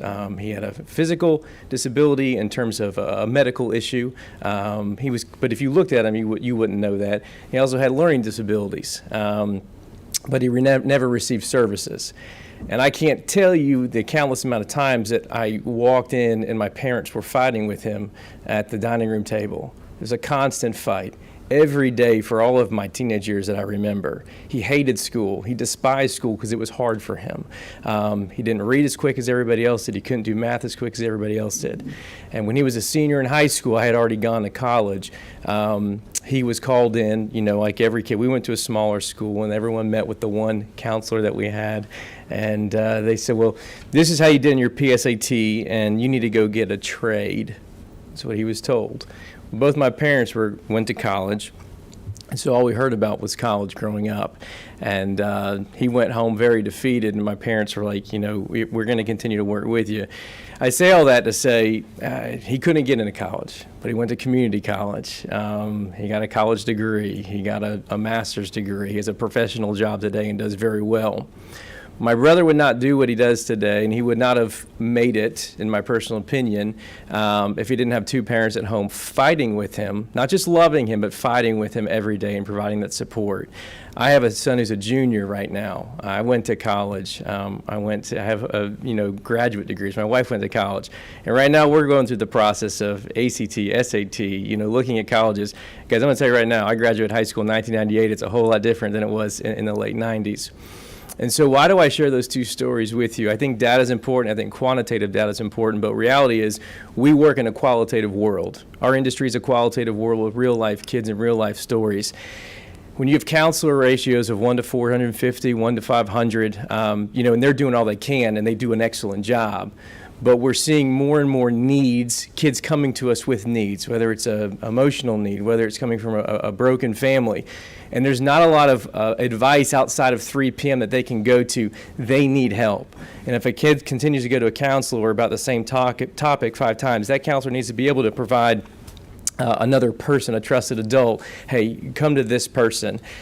And so, I share all those things with you because we have a similar program in terms of some of you are familiar with Georgia Reach. That came from our school system's Gate Key Foundation. That's in Cartersville City Schools. That's where it started, and Reach is founded off of that. We have a ton of success, and I've seen it. I did not start it. I inherited the program, and I'm thankful for it. But I'm going to tell you why we have success. Those kids, are identified based upon, free and reduced lunch status, et cetera. About 15 kids or so each year get into that scholarship program. But we have one person who oversees that program with a lot of volunteers. And we see a ratio of 1 to 15, 1 to 20. She's involved with these kids. And as Lee said, not in terms of, all the other things that are happening, being bullied, whatever, you just name the topic, but in terms of what are they going to do post-secondary? How are you doing right now in school? They have this mentor, if you will. And so that is why I said yes so fast, because what I looked at Future Shop was just another mentor, another adult body who can help us try to get these kids through high school and onto that next stage in life, whatever their goal is. And so I share that with you today because it was an easy yes. We had a great first year on our campus. I know Bartow County Schools did as well. Just having that trusted adult, and now sometimes kids are embarrassed to say, well, I don't have anybody at home that I can go to, but now they know this exists and they just walk right in. And I can't say it enough. It's going to take more and more adults on high school campuses working with all of our students to get them to the next stage in life for them. So I appreciate you letting me share. Thank you, Dr. Fierbaut. Are there any other questions for the good doctor or Lee? All right. Thank you all very much. Appreciate you being here. Okay. Next on the agenda is our public comment. Actually, only had one sign up, and he already spoke. Mickey, did you have something to add, or are you just signing in to be here? Okay. Well, we have proof that you're here. The good news, we had 5 sign up unintentionally in our first meeting, and then I think we only had 2 at the last one, so we're getting better. Is there anyone that did not sign up that would like to speak during public comment? All right. Well, then we'll get on down to our committee discussion, and I think for this portion, I mean, we've been engaged, and there's been some great questions. And I think for this portion, I think it would be good if we all take some, time between now and next week, and really be thinking about what do we want to include on the report. You individually, what would you like to see? If you'd like to say something now, feel free, but I think for sake of time, it'd probably be best just to hold that, email either myself or Representative Dubnik between now and next week, and then we can have all that. We'll have a good discussion next week before we come back for our final report, and hopefully vote that out of this committee. So, did anybody have anyone on the committee, or Mr. Chairman, did anyone have anything they were just dying to say today? We're a little over, so I appreciate y'all. Of course you do. So, as it relates to, I love the idea about emailing you fine chairman with things that we want to see discussed. You can tweet it if you want the world to see it. That'd be fine. No, I'll too. keep that. This will be secret. Okay. Maybe not secret, but between us currently. So, my thought is, some of the things that I've written down and that we've discussed a lot include things that might need more committee discussion to sort of flesh out, and maybe even having some of our professionals answer questions, things like what is something that we could theoretically agree on regarding maybe some transparency or simplification. That's like a big topic, right? So my question is, how are you seeing something like that unfold? So I wrote that down, but within that, there's all kinds of different things. Right. That seems to me that we might need to talk it through. I agree, and I mean, keep in mind, typically on these study committee reports, to me, it's best if we kind of keep it a little more high level, generic, so to speak, and then getting down into the weeds, we still have a process, and the committee process, and that's really where we drill down in and kind of work out through a lot of that. Now, with that being said, I think if you'd like, go ahead and get that to us, or go ahead and get it to us, and then we make sure it's part of the discussion for next week. And what I would like to do is I want to make sure we've got ample time for discussion on the next agenda. So we'll review that and make some tweaks and make sure we got plenty of time for discussion. And that would be a good time to hash that out. But again, keep in mind for sake of the report, it's going to be more of a high level recommendations, and then we'll get into the session, and then that's where we can all drill down and figure out exactly what we want to do. And I think you know how it goes, but I think right now we're all on the same, we're all kind of thinking the same thing, so, is that fair? Thank you. Yes, fair enough. Okay. All right, Mr. Chairman, anything you'd like to add? At the appropriate time, I'd like to make a motion that we adjourn. Now is the appropriate time. But you're the chairman, so you can't make that motion. I got a motion from Representative Evans and a second from Senator Parent. All in favor, say aye. All opposed, say No. All right, the motion carries 1, 2, 3, 4, 5, 10-1. All right. Well, actually, you can't vote. You're chairman. So passes unanimous. Meeting adjourned. Gotta have a little